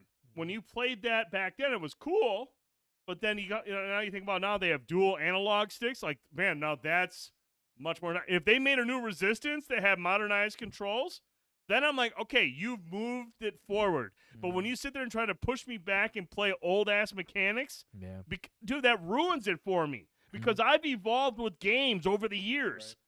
Adapting to new modernized mechanics so it feels better, feels more fun to play. Well, there's a reason and I why go those back and mechanics revisit change. those games. It just fucking tarnishes for me. It's just like, ugh, this thing is just dated. And I don't want to remember it like that. I want to remember like when I had fun the first time I played it. And it was exciting. It was cool. It was cutting edge. The new GoldenEye was the worst thing I ever went back to play. Cuddles, you're not wrong. I was actually curious about that game, man. I was actually really curious about it. I actually went back and played it on the Xbox because I was like, cool, man. They got some better looking visuals. But I was like, man, nope, I don't want to remember this. I'm going to remember when I played with my brother back in the day, and we had a great time. That was fun because it was cutting edge at the time. You go back and play that shit now, you're just like, I feel like I'm just ruining my childhood. FPSs are definitely ones that don't always stand. No, Cuddles is absolutely right. GoldenEye is terrible. Fighting games, too. It just has not aged well, and it's nostalgic, and it's cool for about 2 minutes, and you realize, nope, I remember this much more fondly as a child. I don't want to ruin that. I'm good. I'm good. All right, moving on from the Switch, or from the Direct. We still have a lot to talk about. We're going to stick with gaming news. Tone, we got some more gaming news that we want to discuss. We're hopping into the E3. Now, look, we're early in the year. We're seeing Directs. Xbox just had their developer Direct. Sony is still fucking MIA. We don't know what they're doing with their fucking showcases or whatever. Or, just add controller options. Even then, dude, Crash, even then, you sit there and try to move. It's just the game wasn't built with modern controls in mind.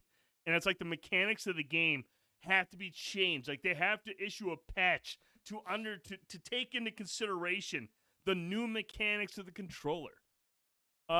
Didn't Sony just do theirs last month? They did a state of play. They haven't done a showcase in like a year and a half. A state of play is where they focus on either one game or like a bunch of indie titles. Where their showcases, announcements, their big first party stuff for like the next coming year. They haven't done a showcase in like fucking a year and a half, which is really fucking weird for them. But people are starting to think it has something to do with the whole bullshit with Activision and Microsoft purchasing that. I have no idea. I'm not going to pretend I know. All I know is it's been too fucking long. I want to know what Guerrilla's second team is working on. And whatever else they're working on. I mean, I'm sure there's a lot of great for.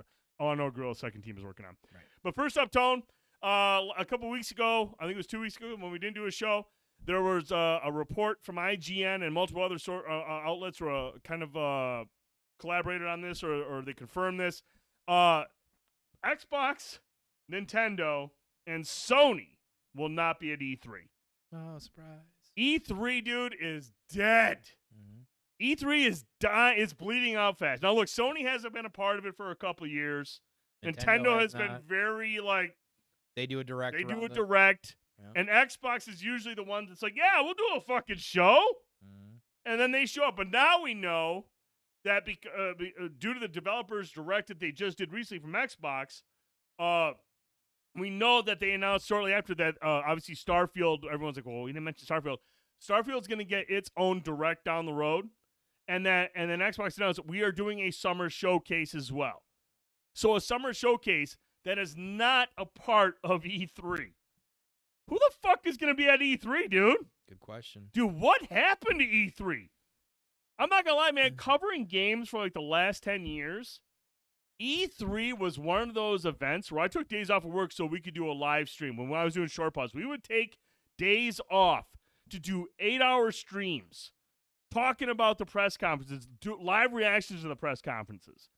E3 was a fucking spectacle. E3 was essentially the Super Bowl of video games.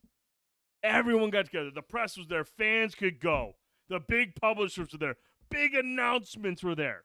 Big reveals. Do you remember, Tone? Megaton announcements. Yeah, man. I think a lot of this comes down to just kind of where the industry has shifted. I think that there's probably some behind-the-scenes things we're not fully aware of. The Tokyo Game Show is only a few weeks after this anyways. You got the GDC at some point You got shortly the after CES that. that's just happening too, which is a lot different than typically this. It's more on the tech side of it. But, there's just a lot of things going on these days. And, I think with social media and everything going on, I think that, these announcements just come as they come out now at this point. Like, is E3 really needed like it used to be? And I don't know that it is. I think E3 was a good lead-in for like a lot of the fall things as well too, but now games have shifted. We've seen, like, I really go back to 2014 being the big one. Was Dying Light was one of the first big February releases, and ever since then, like, people have been like, oh, where's the spot? And Sony really kind of ran with that for a while, because what they do is like, look, man, we'll release our first party stuff in March, yep, and May, and then even June or July, which is typically summer months, are normally dead times. Yeah. And then Sony was like, they came up with their plan. It was like, we'll do our first party stuff earlier in the year. Yes. And then write out our third party partnerships through the fall and the holiday season, maybe one big first party drop. Yeah. Once everyone started figuring out, look, the fall isn't the only time to make a killing. It's changed the entire scope of everything. And that's not just from like that. That's also from just working on the retail side of it as well too. You started kind of seeing that in some of the conversations that we would have like at our non-existent Expo. Your expo that no longer exists. So I just think it's a different world these days, and I was surprised that they're still even having it. Really, like when you said it, I'm like, oh, I'm just not surprised that it's even a thing. So, I think they're just gonna do. I also think it's cheaper for the publishers because they don't have to fucking buy a booth. They don't have to set stuff up. I think there's a lot of behind social media companies. A lot of YouTube. There's a lot of you can reach a wider audience worldwide. Live stream. And if you're telling people, look, we're going to make some big announcements on this stream, people are going to tune in that way. You reach a wider audience. And you didn't spend X amount on a booth. There you go. So people don't have to spend X amount of money to go there and stay at a hotel and get fucking COVID or the flu or whatever. I've heard those fucking big-ass conventions are just a fucking... con crud. It's just, con crud. Just disgusting. I don't have to worry about that. That's because most people don't like to wash their hands. Oh, that's fucking like nasty. Dude... No, look, I can be a lot of things. Yeah, you're... No, dude. I will sit there. I've smelled your hands. When I wash my hands, I do this shit. Like I'm up the arm. I am...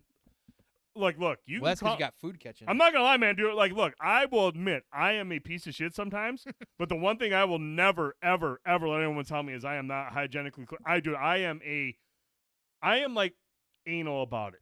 Like, I have Purell at my desk. I have it all around the house. I put that shit on. It's like my Frank's Red Hot. I put that shit on everything, dude. The Franks and the sanitizer are in every room. Yeah, exactly. Right. Dude, I am super, like, concerned about that. I'm just always overly, like into that. Like, I will puke all over myself if I'm drinking, but I will always wash my hands and clean. I do that. Whenever I see somebody go into a bathroom and come out and take a shit, and just walk right out, I'm just like, okay, I'm never going near that person ever again. And then you go out there and they're just sitting there mashing a hamburger, and you're just like, oh, cool, man, you got that extra flavor on it, huh? Like, what the fuck, dude? The spiral out of control. And the thing is, the worst is when they acknowledge you in the bathroom as they're leaving. They get out of the shit and they're like, hey, bro, and they just walk right by you. I'm just like, no! Wash your fucking hands! And they're out there going, hey, what's up, man? How's it going? High five. You're just like, oh, my God, I want to fucking kill you right now. You're a scumbag. That Tricky at work? No, Trick, you know what? Trick he cleans up, but the problem with Trick is like there's like multiple stalls he'll stand right next to you. He'll use a stall right next to you. Yeah, because there's a hole in it. Not even a stall in the urinals. He'll just come up right next to you. Like, hey, man, what's up? And you're just like, okay, dude, that's weird. It's weird. But I love Trick. He washes his hands. So I tolerate it. Right. He's not a gross human being.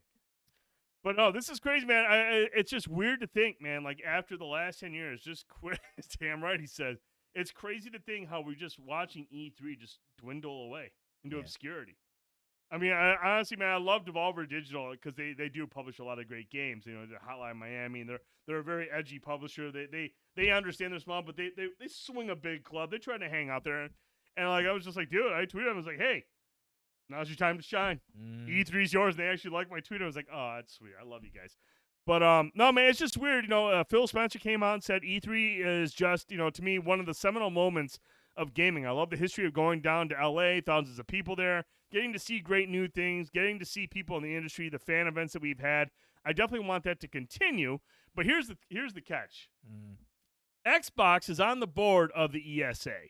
And I think a successful and healthy ESA is critical to what we're trying to do. So we place our showcase, like we've always done, at a time where hopefully it's convenient for press and even consumers that are going to an E3 event, and that's what we're trying to do now. We will continue to work with the ESA in terms of their plans. As I said, we're on board, and we want to make sure that we are doing everything we can to help make E3 successful. So they're there because they got a hand in it. Right. They've got some kind of part, they're a part of it.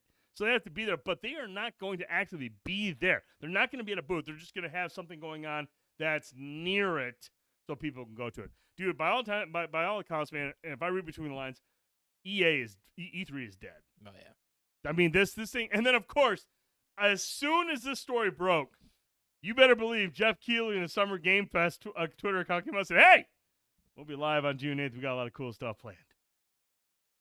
Summer Game Fest is taking over, man. E3 is dude, I will be shocked if there's an E3 next year. Well, it comes back to what you said about the booths. I mean, this E3 is a destination. There's booth things to do. There's things to try. There's demos, whatever. Game Fest has got some similarities, but they also lean into that social media streaming audience. They have somebody come up on stage, talk about the stuff, show Keanu Reeves in a video, and see you later. Next guy come on up, do the same thing. So it makes more sense. So it is what it is. It's the way. I think COVID played a big part of that. I mean, I feel like E3 even prior to COVID has had, just one last nail that needed to be. I think E3 was on its way out, but COVID really expedited I think yeah. I think it's just here we are. So, but I'll miss it, man. I used to love it, man. I used to love the E3 hype. Me and Prime would get together, and Cappadocia and some of us on the first couple nights, like the Sony night or the whatever, because Sony usually did theirs in the evening. There was the Square show, there was the Ubisoft, the Xbox, and the 5. Square, Ubisoft, Sony, Nintendo, and Xbox. Mm-hmm. And now nobody gives a shit about Ubisoft. Now nobody gives a fuck about Ubisoft. It's great. You love Ubisoft. You love Yves Game. Used to love. But Yves, man, he's so cool and chill. He is. But he's so cool and chill. R.I.P. All right, the other thing, Tony, we want to talk about in the gaming news, man, live service games are dropping like flies. 2023 has not been good for live service games. Dude, Tone, in the last 2 months, we have found out that Marvel's Avengers is shutting down at the end of the year. After what, 3 years? 2 years? Now, look, I understand live service games are a risk. It's fucking Marvel. How bad do you have to fuck up your... we'll talk about some other games here, but how bad do you have to fuck up? Oh, they fucked up with Marvel. To lose a Marvel live service game. That game... That's actually really well done. That game had a lot of potential, but they just did not follow up with...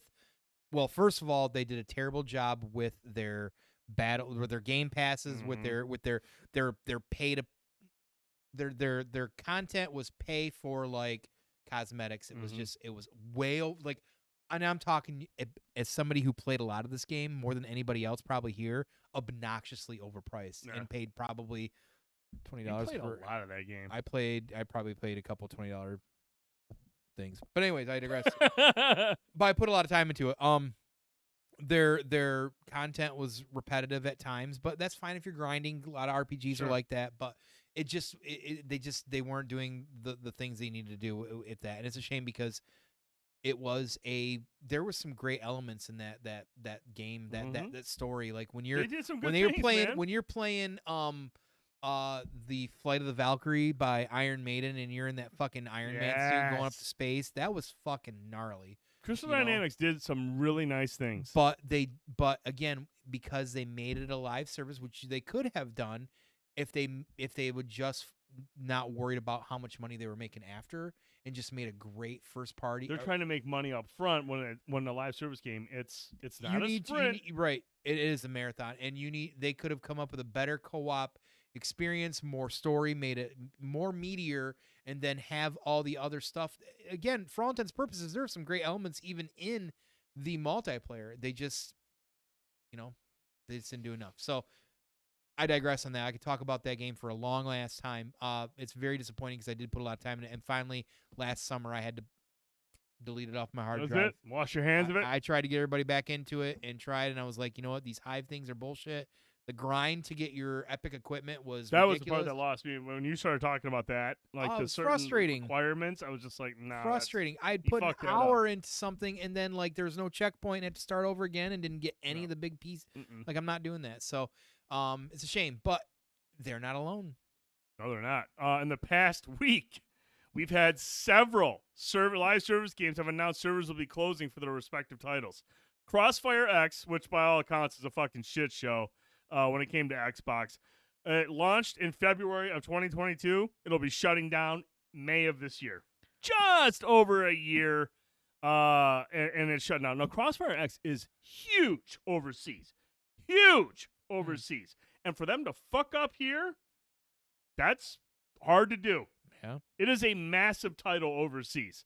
Knockout City, the dodgeball game that I actually thought was really Sorry, good. Mike. I know Mike was a big fan. I think, Dude, at one time. Knockout City is a really fun game. Really fun game. Dropped on May 2021. That's shutting down in June 2023. Just over 2 years. Knockout City go bye-bye. Rumbleverse, which came out in August of last year. August, 7 months ago. Shutting down at the end of this month, February 28th. Now, look, dude, it's one thing for a live service game on console to fail. We've seen several games come and go. We look at fucking Anthem. We look at even some of the Division is dropped off in terms of like who's playing that. To lose that shit on mobile, where there's so many people playing, that's no easy feat. Apex Legends Mobile, which dropped in May 2022, shutting down in May this year. Not a year for Apex Legends, which is a huge game, dying on mobile. Battlefield Mobile, which didn't even get out of fucking beta, Tone. It's sweet. not even gotten an official release. EA said, nuh-uh, we're shutting it down. It's funny because a lot of their releases haven't been so great anyway. How the fuck do you fuck up Battlefield on mobile? If anybody's going to do it, it's going to be EA, but who knows? And this is all in addition to Marvel Avengers, Turtle Rock Studios, who struggled with what was the game that came out last gen that with the monster and the 4 people that are chasing the monster? Evolve. Those guys who put out they did that. Back for Blood. They're done supporting that game. Which is weird because Left 4 Dead was so huge. Yes, and this was set up to be a live service type of game, constantly getting updates, constantly getting missions. Which is weird because like it doesn't feel like a live service. So like, but you know what? Wasn't that a game on Game Pass? It was on Game Pass. Wasn't it? I think it was. It might have been. Yeah, I don't know. Yeah, because I didn't buy it. I played it on Game Pass. Yeah. So with that one specifically, I wonder if the question is if it's hard to support. Now keep in mind, it is not shutting down. They're just done supporting it, which is crazy because it's. I think was that last year it came out. Yeah. Man, if you even if your I don't game think that's has a full live year. service like DNA, if you can't keep supporting it, man, that's just like, and, you know, and you and I and Prime were talking about it in the chat the other day. It's just like, is this part of the fact that we're no longer in a pandemic and people aren't home all the time playing games?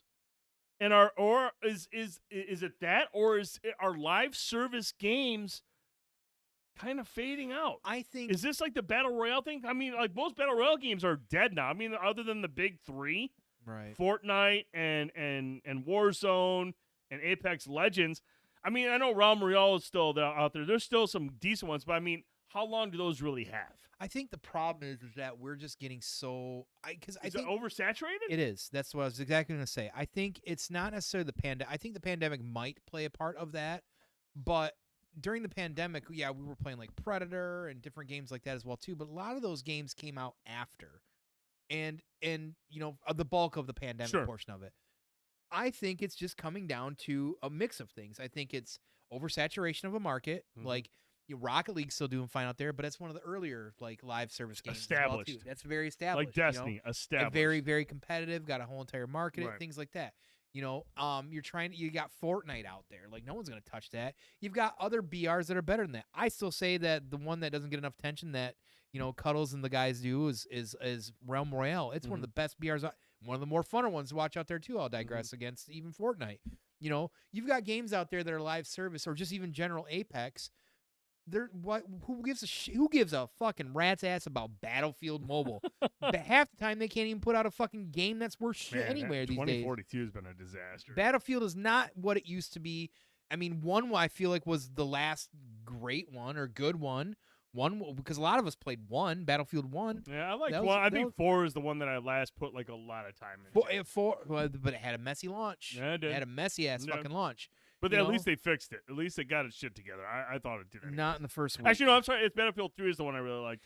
Battlefield 3 was the one that I really got into. Campaign, by the way. Yeah, it did. That was an amazing Battlefield campaign. 3 was the most complete last time we had a most complete Battlefield game. But I just even though think Hardline was kind of good. Yeah, it didn't get enough love. Didn't get enough love. I just think there's a lot of different reasons why right now live service. I just think everybody wants to find the next biggest live service game because they want those residuals. They want that Candy Crush money. They want that nonstop. Oh, yeah. They want that nonstop. But the reality is like you can have a great idea all day. If people ain't playing it, they're not going to play it. Yeah. And, you know, you've got Ubisoft out there who was a forerunner at one point in gaming and even live service gaming, and now they're struggling because of it too.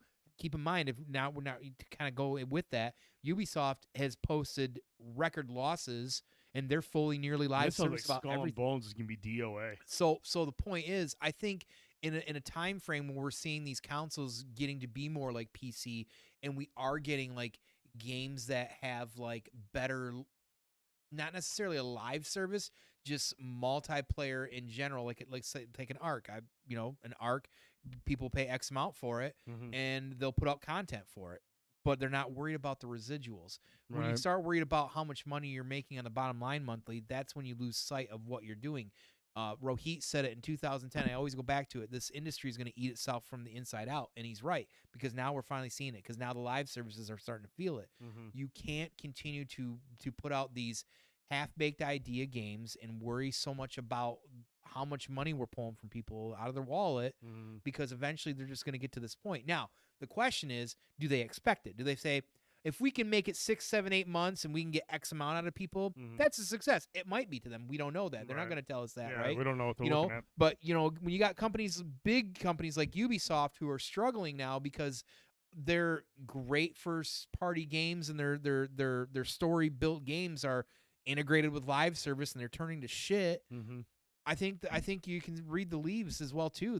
That hey, this shit is, you got games like God of War coming out. You've got even like for fuck's sake, remaster like Dead Space that's selling pretty well, really well. When it's showing that people are still out there hungry for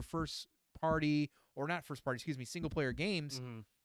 Live services got to kind of check yourself. Yeah. You got to get that kind of content. You got to come swinging. You need to be more like an actual MMO, maybe a Destiny style, or Diablo or something. Or Diablo, something that can maintain itself. That when it's an RPG, like we said earlier about like going back and playing old school games, RPGs kind of still withstand because there's still great story elements. You're just playing a different type of combat, whatever. Those kind of games are going to last, but like, people are fickle these days. People are casual gamers. Live services are starting to fucking finally see that as well too. So you can have a great first-person shooter out there with Apex on your consoles, but you put it on mobile. Guess what? People might not want to play in the subway? A first-person game on your fucking phone. So, I think that the time to reset and kind of look inward with the industry is where we're at right now. I think there's a lot of we've gotten a lot of great games over the last couple of years that I think were brainchilds during the pandemic and games we might not have ever seen. And I think the good news of that overall for the consumer is that the live service games are just been still half-baked ideas. So I love the idea of live service games. I do, because I do if it's done well, if it's done well, if it's something Absolutely. I can invest time in, I love it. But man, it is such a high risk, high reward fucking style game now. Your time invested is a big. You talked about that earlier. Am I going to pick up one of these games and try to keep up with everybody else with like a 7 Dungeons Drastin who plays 24/7 and somehow works a job and has a family? I am not going to be able to do that. He can do that. I don't know how he does it, but like not everybody can do that. Right. And that's part of it as well too. And like, if I'm going to play a live service game, I want something that's going to be more like an actual old school like World of Warcraft style MMO or something similar in that aspect. Destiny in some ways, even though it's first person shooter, but like an RPG-esque sort of thing. And some of these games, even like Ubisoft's, try that, but they just don't. They come too short. I love a good story. I really do. And just about whether it's multiplayer, live service, single player, I love a good story. But, man, for me, it's gameplay loop and incentive. That's what I need to really, especially a live service game. Give me to come back. Gameplay loop and incentive. I need to have a reason to keep grinding. Genshin Impact is another game that that's game a live is service. crazy. And it's huge following. Yeah. Games like MMOs, like I know it's hit or miss with people, but I don't know if Oz is out there and some people clown on it. But listen, one of my favorite all-time RPGs or MMOs is Final Fantasy 14. They do it right. It's a live. It's an MMO that's still surviving. You don't have to. I think actually you do have to pay for a subscription for that one as well For too. which one? For Final Fantasy 14. Yeah, you have to have. You one have play to, that one. and guess what? It does fine, and it's not stopping. Mhm. You know what I mean? So if you do a live service right, guess what? Maybe the live services you got to charge $5 a month. I don't know. If I Right. play a live service game or a game on my phone that I really enjoy, I'm going to sling them a few bucks because if I'm putting 20, 30 hours into some game, weekly or every couple weeks, No, I mean keep it rolling. It's risky, man, and it just makes you wonder about Sony. They've got 10 live service games that they have planned for the next year or so.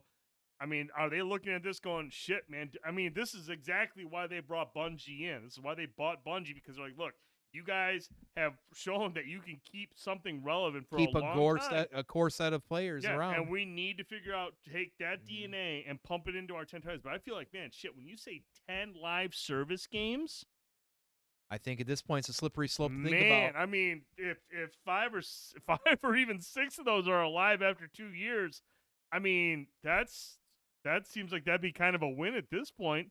The way these things get fucking like just wiped out. If the minute the word gets out there, like, nope, it's not there. There's no grind. There's no incentive. The gameplay loop isn't there. These games don't even have a chance to recover. I guess they're fucking dead. The good news is that if you're a massive company or somebody like that can put out good first party stuff or puts a lot of wind in the sails like a Sony or a third party like Bethesda with their online of Elder Scrolls, sure, good chance. But you got to be Sony kind of looking at this going like, is this the best idea? Is this the best route? Because you might want to wait out. We're built on our first party stuff. Right. You want to kind of wait this out and see how this plays because this could be an industry shift, not just like an anomaly. Right. And I think that's the problem. I think it's an industry shift personally. Yeah. So it'll be interesting to see, man. We're going to touch on video games for just a few more minutes. I just want to talk briefly about this because I finished. I know, Tony, you're a couple hours into it. HiFiRush. What a brilliant. This game was basically shadow dropped during the developers direct a couple weeks back by Xbox. And this is from Tango Gameworks. They who have done Ghostwire Tokyo and Evil Within. When you think of those two games, you're like, okay, like I know who Tango Gameworks is. Right. I know what they're comfortable with. Tango Gameworks basically did a Guerrilla Games, branched off into a completely different genre, and not only delivered a Game of the Year contender. This is an early Game of the Year contender, in my opinion. This is how good this game is. But they have also dropped the first big Bethesda hit in Game Pass ahead of Starfield and Redfall. Like, Starfield and Redfall are really hyped up, obviously massive titles for Xbox and Game Pass. Dude, this game right here is one of the gems of Game Pass right now. Yeah. And this is coming from somebody who has zero rhythm. Right. When it comes to these rhythm combat games, I am trash, and usually it takes me about 10 minutes to realize I shouldn't be playing this. But man, this game has exhilarating gameplay that doesn't require you to be excellent at the combat or picking up the beat of music, and you're able to progress through it and enjoy the story. But man, if you can master it, and you are able to string together some combos and kind of get into the flow and get with the beat, it is so rewarding when you're just wiping out enemies. And play this. What's that? You need to take an edible. Dude, it would be. Serious. It would be, absolutely. I'm being serious. This game has an incredible art style and animation. I mean, by now everyone has seen the videos of it. This game just has so much. It just oozes style. And dude, the soundtrack fucking slaps. Like, every time you get into combat, it just picks up. You find yourself reaching over the remote going, volume up, volume up. I don't care if everyone's asleep. I got to hear this shit. Because it is pertinent to the game. It's important to pick up the beat, but it is just a really good soundtrack through and through. Like, you really get into it. The bosses are all unique in their personality and their boss battles. Like, they are really good. Dude, I don't know if you saw the intro I posted of the guy who's a werewolf. I think I put it on Twitter. Dude, some of the intros are fucking incredible. Very Borderlands-like. Yeah. Like, they all just have their own personality. They're fucking epic. The level designs, especially the last couple levels, are fucking...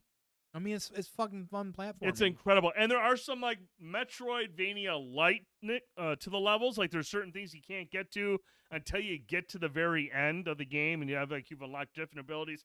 And then you can go back. Like the Metroidvania elements is all part of the end game. There's, like, challenge rooms, and there's towers that you can complete for high scores. But by that point, you better be good at the fucking combat because that's when it really comes into play. But, dude, this is just a fucking awesome game. And for them to shadow drop it. Yeah. No leaks, no nothing. And I think you can get away with that. This isn't a shot at Tango Gameworks, but like Bethesda Game Studios is like the head honcho, or Arcane is a much more well-known developer under the Bethesda umbrella. Tango Gameworks is good. They made some good games, even within his renown. I actually thought Ghostwire Tokyo was pretty good. Mm-hmm. But they aren't like these bigger shows where it's easier for leaks to kind of slip out. Dude, this thing shadow dropped, and it is an early Game of the Year contender, and is one of the most fun games I have played in a long time this gen. And it's seriously, man, this is like you're finally seeing you're bearing the fruits and the labor of Bethesda of bringing them into Game Pass, and this is even before even Redfall or Starfield comes out. Like Tango Gameworks should take a bow because they have came out and delivered the first big Bethesda hit in Game Pass, and done so in a way that they have seriously deviated so much from what they're used to making in a completely different genre with completely different combat and fucking crush it. Yeah, I don't really have anything to add to that besides it's like when you're at work all day and you're busy and a friend or a loved one says, "Oh, hey, I just stopped by and dropped you off lunch." You know what I mean? Like, like a surprise that you're just like, "Oh, what?" Like, it's awesome. Like, as soon as I played it, you were rambling on about it, and I'm like, "All right, I got give it a shot." And I was like, "Oh, I can get it now." And like I said, I made the joke about the edible. Like years ago, I played Afro Samurai. I don't know if you ever played Afro Samurai. Yes. Very, very amazing title to play. And I was like, and it kind of gets with the beat of the music as well too, and how you do some of the combat. Mm-hmm. I was lit one night at like 2:00 in the morning and thought I was I thought I was Afro Samurai, and I'm playing this. I'm like, man, I bet if you were lit playing this, it'd be a whole other level. So yeah, this is quite an experience so far. I do need to finish it. You could have put more time into it. I've been bouncing around a lot, but yeah, this is the kind of thing that you don't get too often these days. Like these shadow drops, these surprises, and not only that, but it actually being like something new, unique. Fresh I mean, and listen, hot. I made the joke about this as well too, as an old school Parappa the Rapper fan and rhythm games, and a huge fan of those, or Jet Set Radio, things of that nature. This gives me more of the Jammer Lammy vibes from PS1, which I was a massive fan of. And I like I said, I can't speak highly enough of this. This is great, and really appreciative of not only getting this kind of surprise, but also having something just kind of like unique across the board. It's and like I said, man, I love the fact that you don't have to be exceptional at rhythm stuff. You can button mash and still get through it. You're not going to get the scores that you want, but it allows you to not get frustrated, which allows you to learn and get better at it. Where if you get frustrated, it can be off-putting. You're like, you know what, fuck this. Yeah. But like, I was button mashing, but towards the end, my timing score, which is the one that's really the most important in terms of like whether or not you're with the beat of the music. As I progressed through the game further, my timing score got better. I was doing well in like the time to beat the boss or the time to beat the arena, but it's the timing with the attacks or the beat of the music is where I was struggling. Yeah. But as you put more time into it, you start getting you just start to learn, you start feel it more, And it's, dude, that's a fucking beautiful way to set it up. So if you have Game Pass on PC or an Xbox Series X or S, you have to check this game out. It is fucking awesome. You'll love it. It's challenging, but it's fun and it's entertaining with an awesome story. Yep. I think y'all dig it. Check it out. All right, Tom, we got a couple trailers we got to get to. Yes, we do. And I know you are really excited about one of these trailers, and I saved that for the end. But, Tone, all right, we've got 3 trailers. One of them just dropped today, and it was incredible. Yeah. And I cannot wait for y'all to see it if you haven't seen it already. Let's check out the trailer for Strays. Today is going to be the best day ever. I love sunshine, I love butterflies, but more than anything, I love Doug. Hey! Shut the fuck up! Fucking piece of shit. That's Doug, the best owner in the world. We're playing this game called Fetch and Fuck. Fetch! He drops me off really far away and drives home without me. When I bring the ball back, he says, fuck. That's how I know I won the game. Hey, honey, you ever been with an Afghan before? I don't think so, but thank you.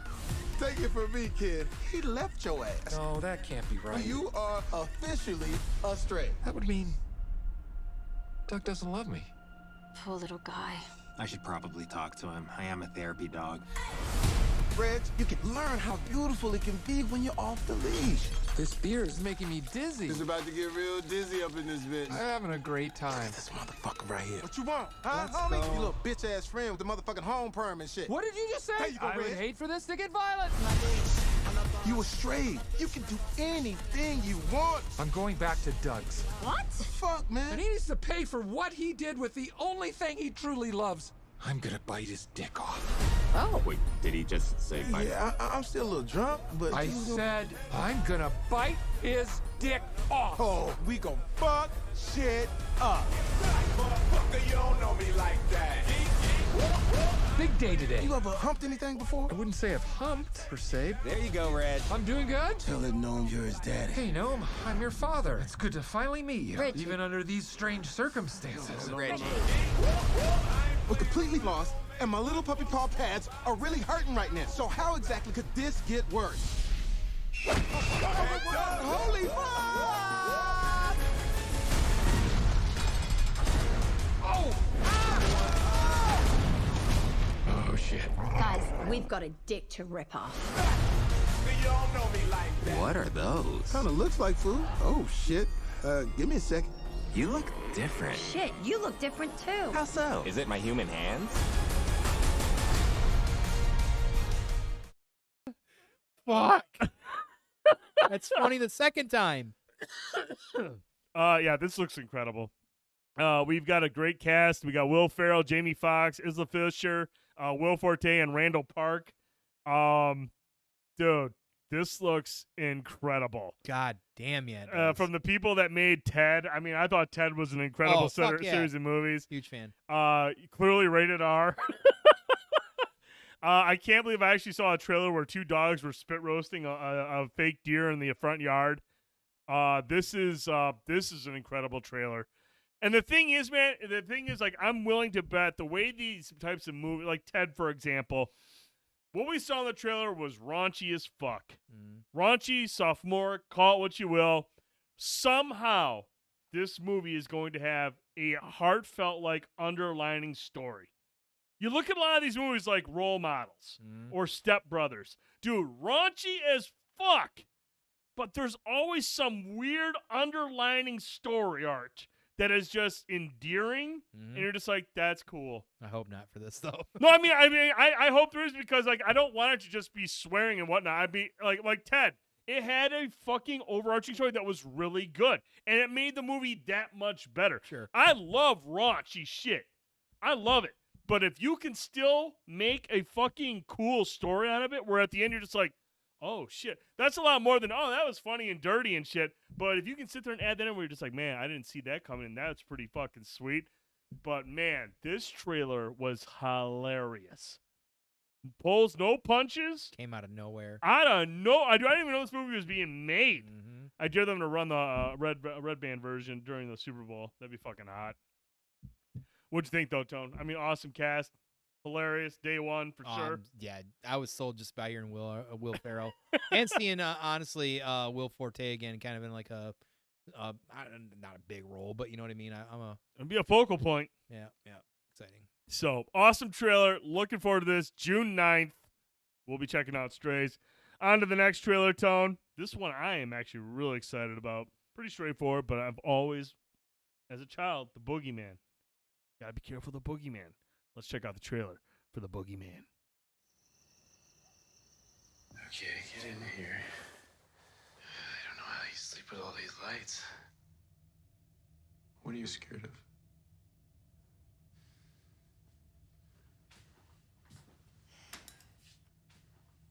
I don't see anything. Okay, monster check complete.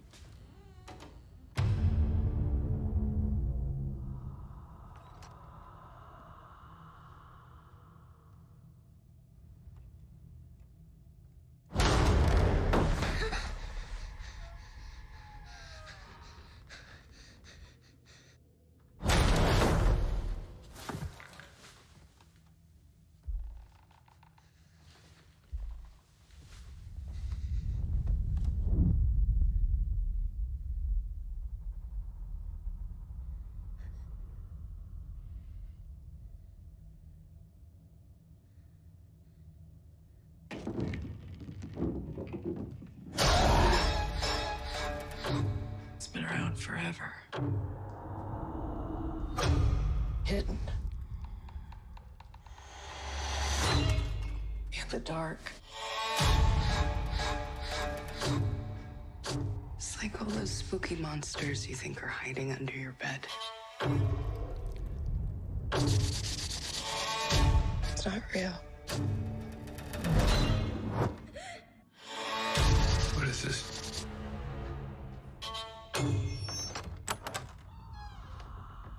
It's the thing that comes for your kids when you're not paying attention.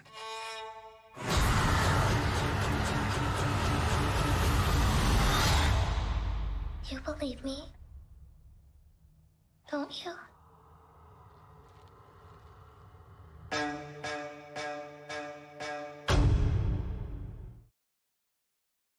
Dude, we're getting back to the most basic terror of all children, from all sorts of, from all timelines. The Boogeyman, the most basic threat to all kids. The Boogeyman, and this is based on a Stephen King short story. Sometimes those are the best. Those are the best, man. And dude, for this to somehow manage to land in June, I can't imagine this will be as dark as a Stephen King story. Hey, man, I mean, look, for them to push this to June, they're not.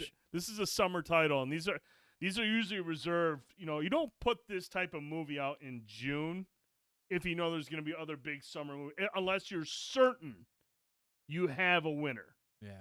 Unless you're certain you have a winner, because you're looking at the Indiana Jones in the summertime. You're looking at the Mission Impossibles this summer.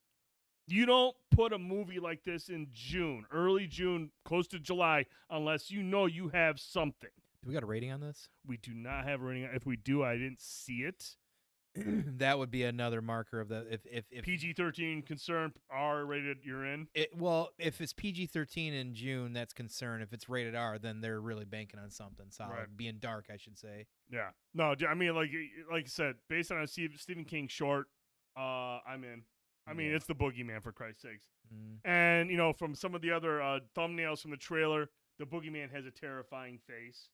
And I love that, man. I love it whenever you show something's face and it is just terrifying. Yeah. I'm there, dude. I want to see how they're going to push the envelope with the Boogeyman. I thought this was a really effective trailer. Not a lot of big names in this, but it's a 20th century production, so it's kind of like a smaller indie type of thing. But clearly, they're very confident in what they have to make this a midsummer, big hit. If they're, again, being the time frame they're putting it out on, being maybe because it's a Stephen King, I think they're going to ride that Stephen King I feel like name. Stephen King adaptions now are starting to also be more like the source material, be a little bit more dark, as opposed to more campy like we grew up on. So that is something that's a good point. They really with the It movies, they really started to lean into stuff a little bit more, the dark nature of it stuff. So that's why I do think it's a good point. Like maybe they will come out swinging for this. But we'll see, man. I don't know. I thought this was an effective trailer, and it kind of came out of nowhere. And I mean, the way that they put this out there, and they were just like, "Hey, this is coming out summertime. It's early June." Which is fucking ballsy, like you said, and because normally this is something you think like February, it's a February. March. Even though we've kind of like done away with that stigma of like February movies. Thank you, Deadpool. Thank you, Deadpool. But summertime is still prime real estate. You don't put something out in the summer unless you know you're going to create buzz. And with the horror movie, I feel like summertime is reserved for the Indiana Jones and the Mission Impossible movies that people are going to be like, I'm going to go to the theater and see that. For horror movies, you're banking on word of mouth. You're banking on a solid fucking experience, but you're banking on word of mouth to get people like, oh, fuck, man, this movie's terrifying. I'm going to go see it. So, I mean, and I think that's the same thing that happened with Sixth Sense. I think Sixth Sense was like an August movie, but they're like, oh, we never heard of M. Night Shyamalan. Right. Bruce Willis is in a horror movie. It's summertime, but there's other big movies coming out around it. But then word of mouth started getting around. Oh, shit, this has a fucking amazing ending. One of the best horror movies of all time in terms of what money it made. So I'm hyped. It's just because for me the Boogeyman is something I grew up with. You just always heard about the Boogeyman.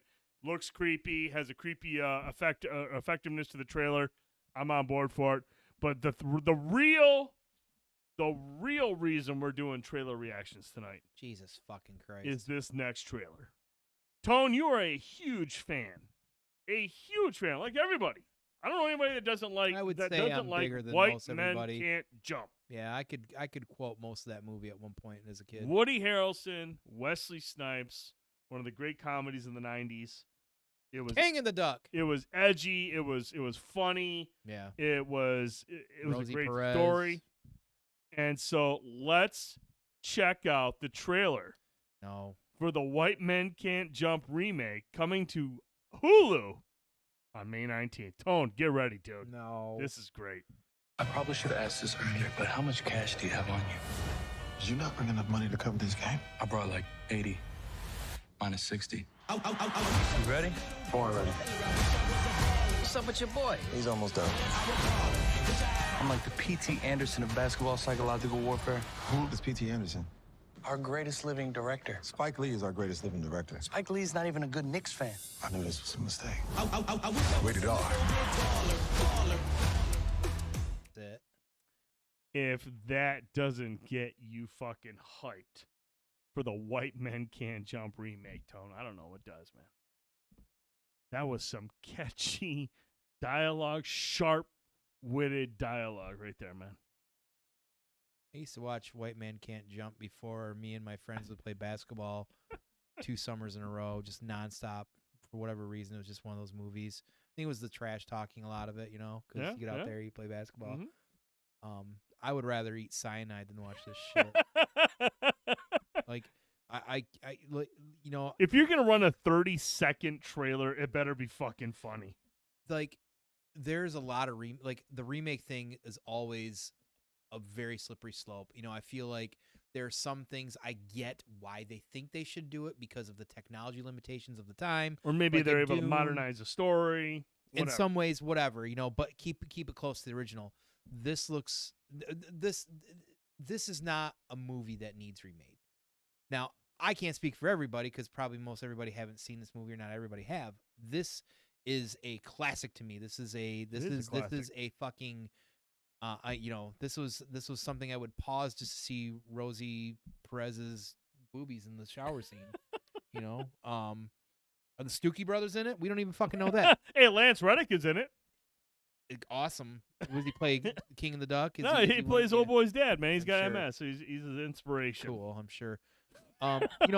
Listen again. If this was a reboot of the actual universe, and you had Woody and you had Wesley involved, I would be intrigued. I'd be okay. It's their kids or blah blah blah or whatever, right? But this is not it. Is the Vista View in it? Because it certainly ain't no vistas and ain't no vistas of views. That's only 30 seconds of fine writing. Billy Hoyle. Good to see you, Billy. This ain't not that country club shit that you used to. Out here on the courts, when the wind hits, you got to adjust about 3 to 6 inches to the right. Dude, it was hilarious when Jay Hill sent this to me. He was like, "This looks fucking terrible." He goes, "I don't know if you guys want to run this or not, but it looks fucking terrible." I watched it. I was like, "Yeah, it looks terrible." Dude, if it's a 30-second trailer, you better have one of the best punchlines, best jokes in the movie to be like, "Oh man, it's got potential." This was just like, I didn't even hear any mama jokes in this. Dude, this looks bad. I don't even know who these dudes are playing it. Sinqua, what's his name? Sinqua Walls and Jack Harlow. Your mama was an astronaut. I don't know who any My of mom these was guys too are. drunk to be an astronaut. I seen Lance Reddick was in it. I was like, dude, did Lance really? I mean, hopefully they paid him a lot because I love Lance Reddick, but I mean, there was nothing in this trailer as a teaser to really entice me. They're gonna need to come out swinging with the main trailer. But 2 months away, Tone, or 3 months away from shame on them. Shame on them. Shame on them. Shame on them. Shame on. Yeah, that was a bad trailer, man. Yeah. That wasn't a good look. Go but I wanted to play it just for you because I know Jack Harlow is a rapper. Nobody fucking cares because this Tricky, movie's Jack gonna Harlow's suck. a rapper. Cool. I didn't know that. That's Jack Harlow. He's the current white guy rapper. Little Dicky's better, probably. Yeah, he Little wasn't Dicky very, can he wasn't very freestyle. convincing with the P.T. Anderson comment. Yeah, Little Dicky's way better. He's on his way out. Yeah, it sounds like this movie's his exit Yeah. interview. All right, we got a couple of movie reviews here, and then we're gonna wrap things up. But, Sequel to 300. Let's talk about Plane.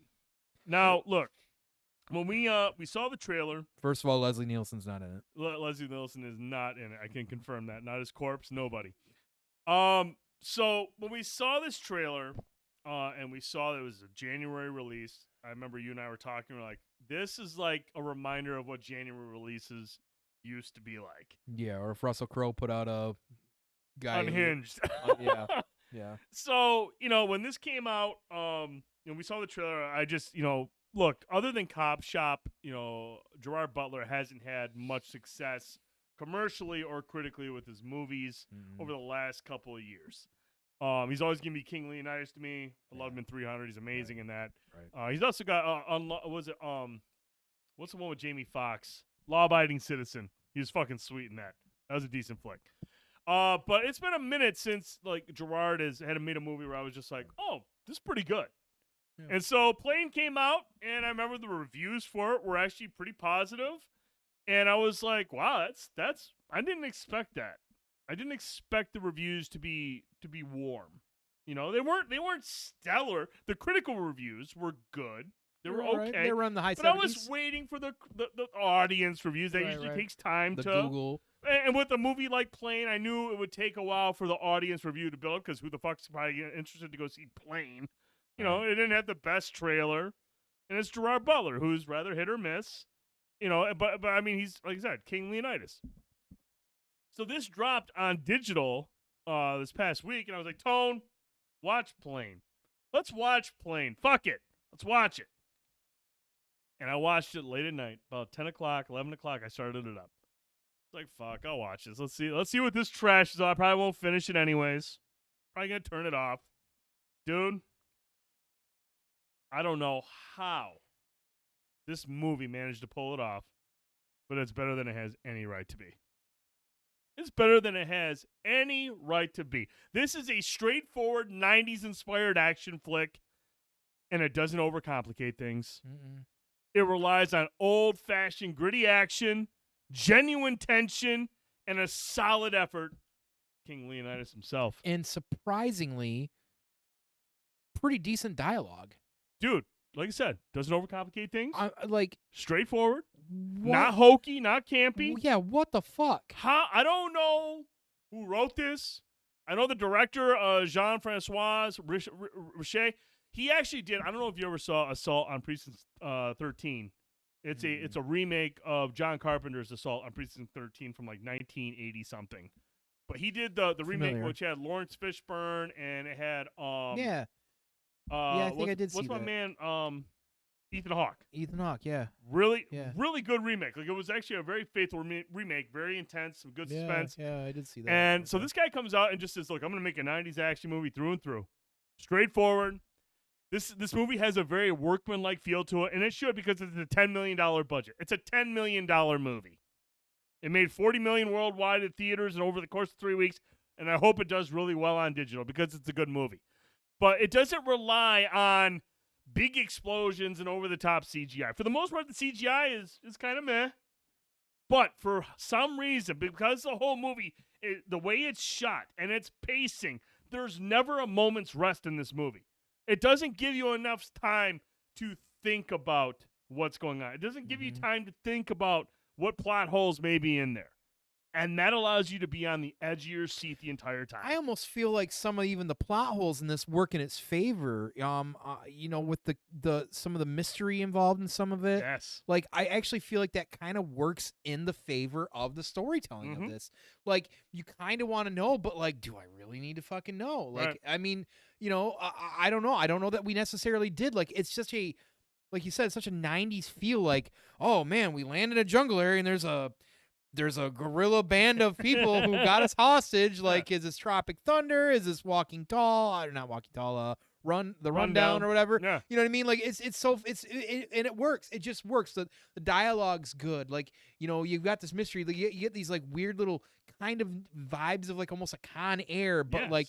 You don't got all these dumb, annoying people around. It's just focused on like the 2 or 3. Even the admin officials, Tony Goldwyn from yeah, Ghost, like even those characters, they don't like typical in those types of movies. They're kind of sleazy, predictable. Like they're not. They're genuinely concerned. I mean, there's the one guy who seems a little sus. The other guy, not Tony Goldwyn, but the guy that he's working with. But, like, Tony Goldwyn's character is pretty straightforward. Like, he's concerned, and they're making an effort. He's got his own fucking, like, team that's ready to infiltrate and find the passengers. Yeah. They're outside assets, I think he called them.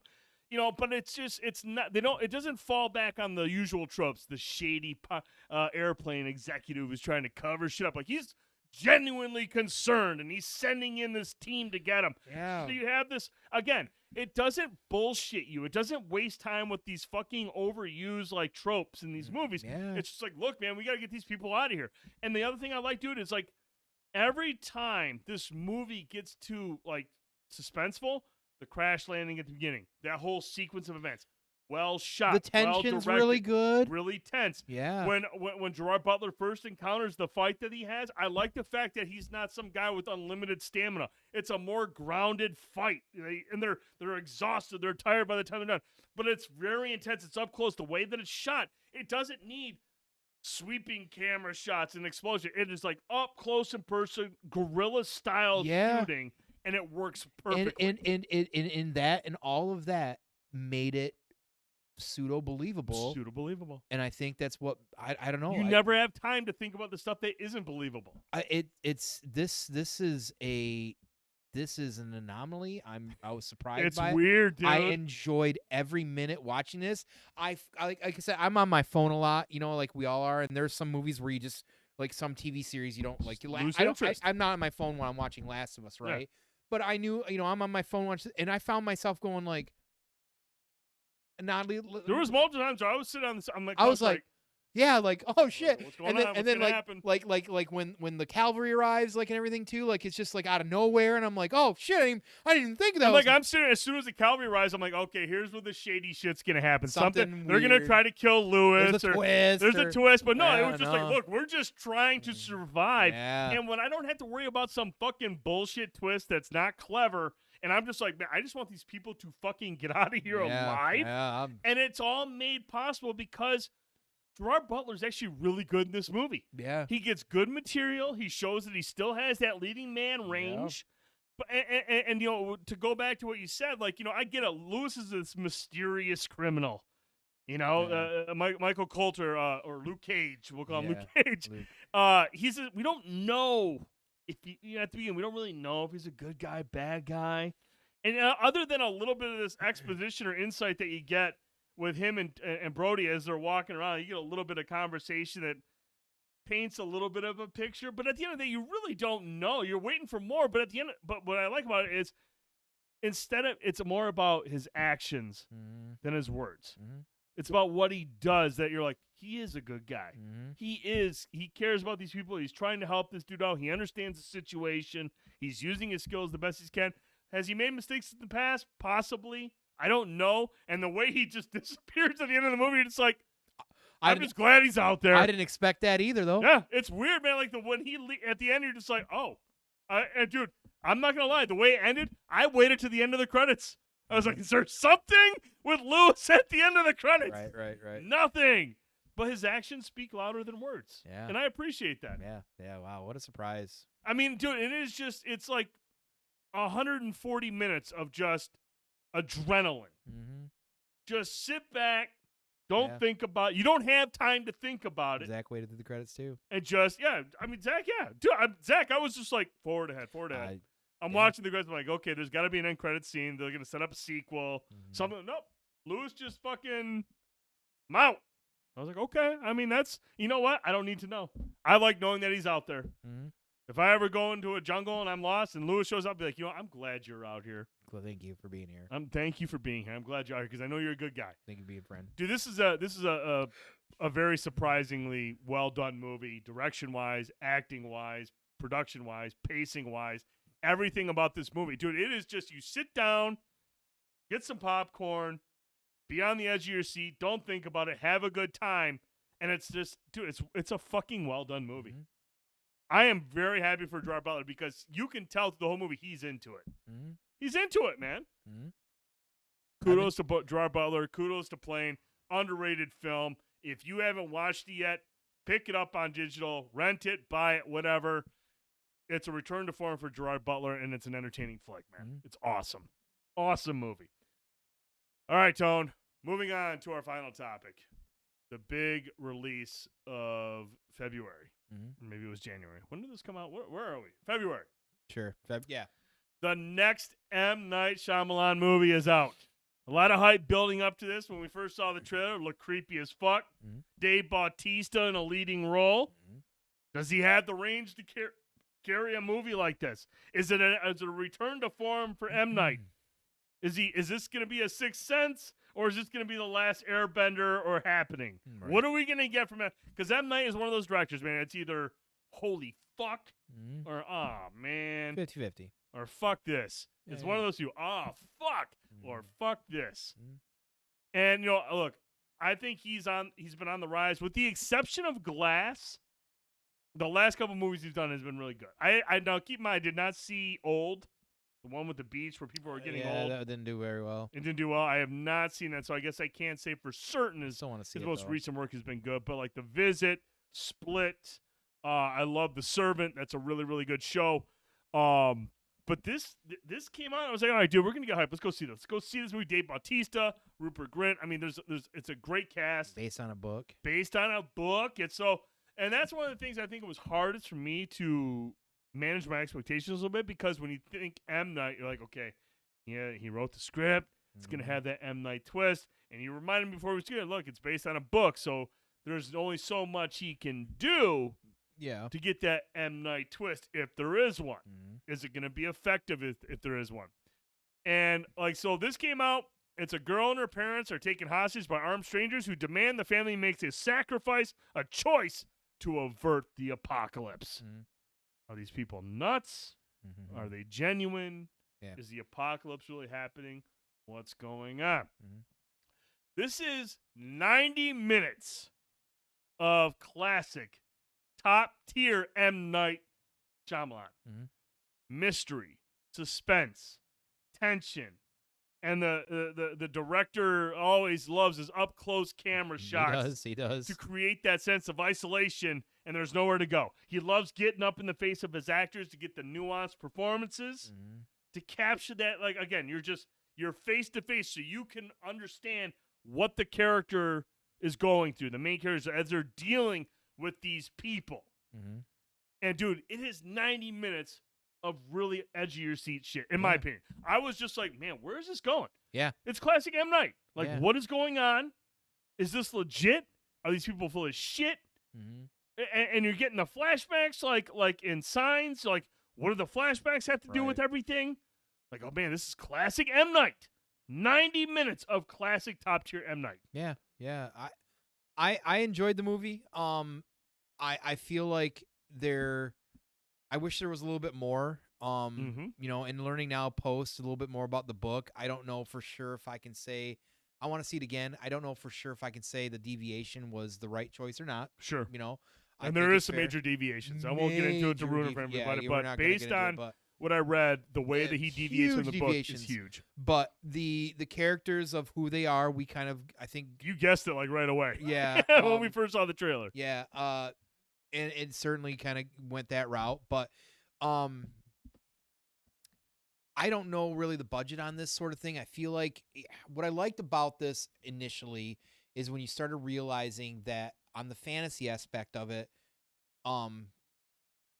because that's really to me what it is. It's, you know, like, you know, when you get into apocalyptic things, you know, it's either the person's crazy or the apocalyptic stuff's real. Well, it leans into the real on that sort of stuff, which I think was great because it made that, it made the reality and the tension parts of it almost much better, because like you don't expect it to be real, but it is real. So like you have to almost manage like in your head what's going on and what you're intaking. Are these guys crazy? But then you don't have to figure it out, because then you start realizing like, oh shit, like shit's kind of real. Like shit's getting real. So but I love the fact that everything is so centered mostly in one room with all these characters, because then you've got to watch these actors. They got to fucking act, and they got to make you believe it, and they really do. And it's one of those things where it's about like building that tension and these and having these conversations. You know what it kind of reminded me of? Evolutions. War of the Worlds, where the focus is on the family, as opposed to everything that's going on outside. Even though you kind of get more of a glimpse in this, what's going on. But a little bit of War of the World. But continue. Sorry. That's a fair analogy there. Because that's what it is. Like you watch these characters evolve essentially in some way. Some of them don't, and I think that's kind of part of the point of it. Mystery of it. Yeah.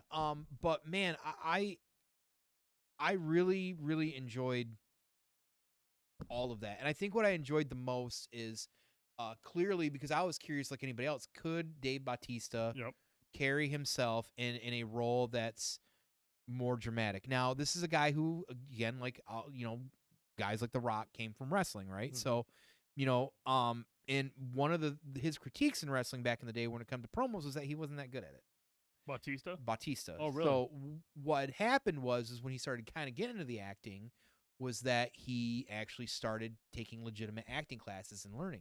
Oh, well, wow. Sometimes I feel like that can still create like synthetic acting to me. Like you can just kind of tell, where I feel like him, because of his work in the wrestling industry, so he already had like kind of like, you know, a piece of it.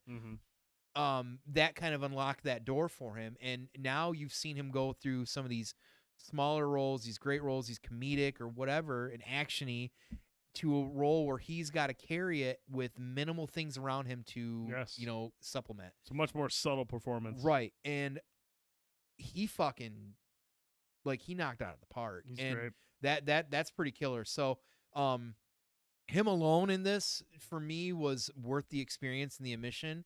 You're literally watching him grow as an actor, showing his range. Yeah. And like, what's unique about his character in this is that, he's so like honest and truthful and so grounded in reality. Like in any other movie, you'd be like, this guy is a fucking weirdo or full of shit. Yeah. There's a skeleton in the closet, but there's not with him, and that's what's weird about it. I think, and you have to almost adjust to that. And you see that presence, you see David's right, tattoos. it's huge dude. it becomes almost like endearing and lovable for him, and then you start weighing like the severity of the situation. It's a lot going on. Like, listen, I again, we're not going to talk about the deviations. I would love to dive into that someday about, you know, where they deviated and how they deviated. Was it the right choice for this movie? Again, the outcome in the movie is vastly different from the book. Yeah, and you know, I'm somebody who likes, you know, unique endings, and I still think there was still. Oh, we're red right now. Are we? Oh my. Can we hear us? Hello. Are we live? It looks like we're live still. Hi. We're red. We're in the red. Oh, you can hear us. Okay, all right. He can hear us. We're okay, good. So good. So, at the end of the day, what I'm trying to get to is I definitely feel like this is a good movie. It's enjoyable. I don't know necessarily if this is something that people need to rush to the theaters to see. Yeah. I feel like this could be something that you could wait down the road and enjoy. I feel like a lot across the board, like far as the users, and I think the critics have been a little bit more harsher on this to some degree, because I feel like they're always going to have a bad taste because M. Night. I think M. Night's, you know, and I'll definitely come back to you. I think M. Night, to this point, I mean, because of his previous work, I think he has set a very high bar in terms of expectations from his movies. For everything. To the point where if anyone goes in to review his movie, there is a preconceived notion of what his movie. Maybe it might be a little unfair. Like, look, we know what he's capable of with his his own material. When he writes something from scratch, it's always going to be hit or miss. Some are great, some are kind of far-fetched and just okay. I mean, you look at something like Village is one that's very divisive. Yeah. But you look at that, and with movies like Sixth Sense, Signs, Split, or even The Visit for that matter. I mean, The Visit is, I don't know if you've ever seen The Visit, but it's got a fucking twist at the end where you're just like, oh shit. Really? Yeah. And that's kind of the thing with him, man. It's like, if his movie doesn't have an oh shit moment, I feel like his movies are viewed a little bit more harshly than if it was somebody else. I do agree with that. Because he has set a standard with his movie. When you see M. Night Shyamalan, you're just like, okay, what's he got planned for me? You automatically go and thinking, there is something waiting for me at the end. And I didn't mind the way this ended, but I do think he was kind of hamstrung being stuck to the source material. Even though he deviated from it, I don't think he had the creative freedom to really probably do what he would normally do in his other movies. Right. And so while the ending doesn't quite shock me, I do feel like, but and I think that's maybe because of the 90 minutes prior to it is just so compelling and so enthralling. And you're just like, fuck, man. Where is this going? Where is this going? And then there's the reveal, and it's something that you and I talked about when we saw the trailer. And then when it closes out, you're just like, okay, I guess it makes sense where it ended. But that's the thing with an M. Night movie.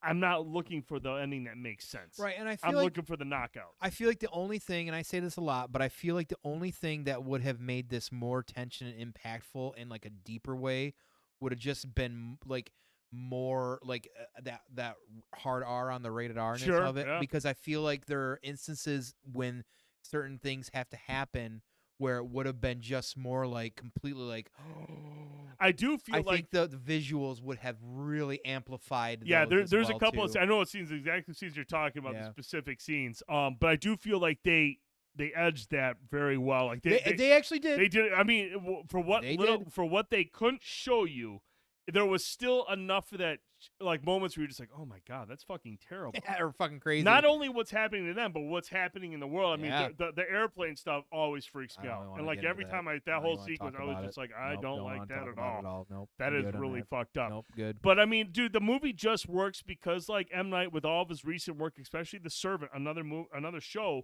that takes place in an isolated area that relies on the actors, close-ups, and lets the actors play to the character's strengths and weaknesses, and conveys that on screen in a way where you're just like, okay, I'm into this. I want to see where this is going. Is it going to have the payoff at the end? For the most part, I don't think people will come away with this going, oh, that's classic M. Night. But I do feel like we saw shades of classic M. Night leading up to the finale, but the finale is based on source material from somebody else, and there's only so much. He could basically do two things, Tone. Follow the ending in the book, or the most obvious ending that he came up with if it went the opposite direction of the book. So he doesn't have a whole lot of room to work with, and he twisted it up the best he could. But, overall, though, I do think it's a showcase for everybody involved. Bautista's great, Rupert Grint's great. Jonathan Groff and Ben Aldridge are incredible. Like the way their characters come unglued throughout the process, one seeing things one way, one seeing things the other, and the conflict going on there. Really fucking well done stuff. Yes. Well performed admirably by everybody. It's just when you're bound to the source material, I don't think M. Night gets the creative freedom that he needs to really hit you with that ending. And I feel like that's where the movie kind of just, I don't want to say stumbles at the end, but just under-delivers at the end. Sure. Yeah, no, So, it's good. It's good. I'll be really curious to get people's thoughts on this, because it's divisive. And if you go on there and look at some of the reviews, some people love it. Some people are a little bit, And then, of course, there's some fans that are just like, this isn't going to change my opinion of M. Night Shyamalan. Right. So, I mean, it is what it is. But, Tone, one thing I want to ask you before we wrap things up. Your top 5. Oh, hold on. Let's go what Brian says. But if he can't excel when bound by a source material, then why do it? Because Brian, I do feel like this is a good story to tell. I do think this has story tropes and elements that is befitting of M. Night Shyamalan. I just feel like the ending is the spot where he just really couldn't flex his muscles. Right. Everything else fits to what he does well as a director, what he gets out of his actors, how he's able to convey certain like moments or scenes or tension. Like he does well, but it's just that ending where I feel like he's really limited because it's not his own idea, and he has to be respectful of the source material. So that's why I just feel like it's a great movie for him to do.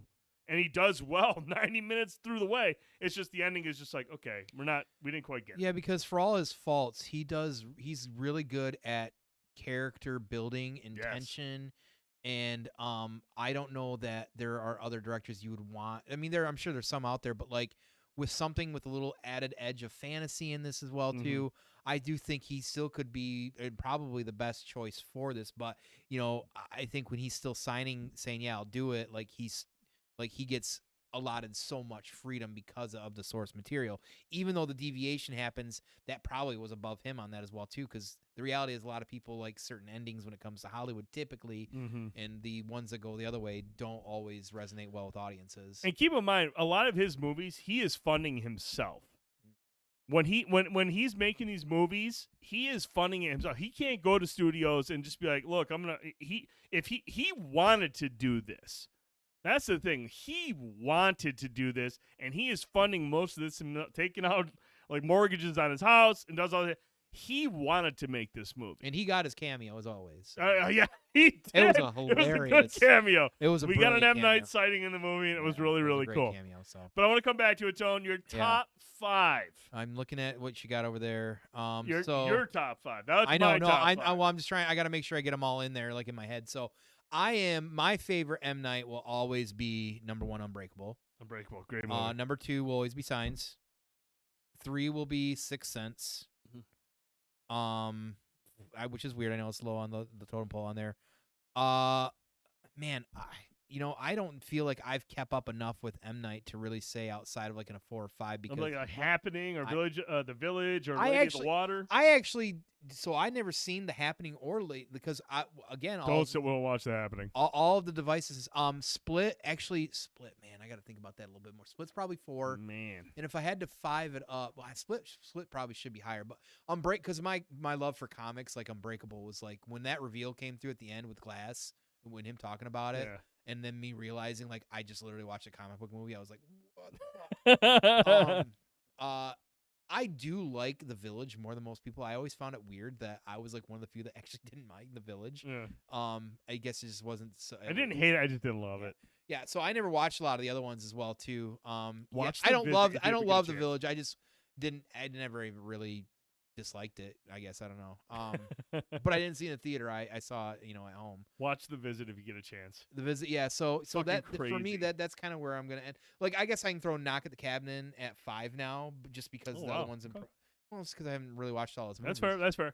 I'm gonna go with Sixth Sense number 1 because that was his breakout. I mean, and for me, I mean, it was one of the first times I've seen Bruce Willis in a fucking dramatic role where he crushed it. And as shocking as the ending was when you realize what's going on, dude, I remember I was bawling at the end of that movie, where the video of his wife is playing their wedding. Yeah. I was bawling at the end of that. I was like, this movie hits everything. Yeah. I mean, it's scary. It's got a good story, and then the knockout twist, and then the fucking ending is so fucking sad. I was like, this movie is an incredible movie for a horror. It's a horror movie, but it's got one of the best stories I've ever seen.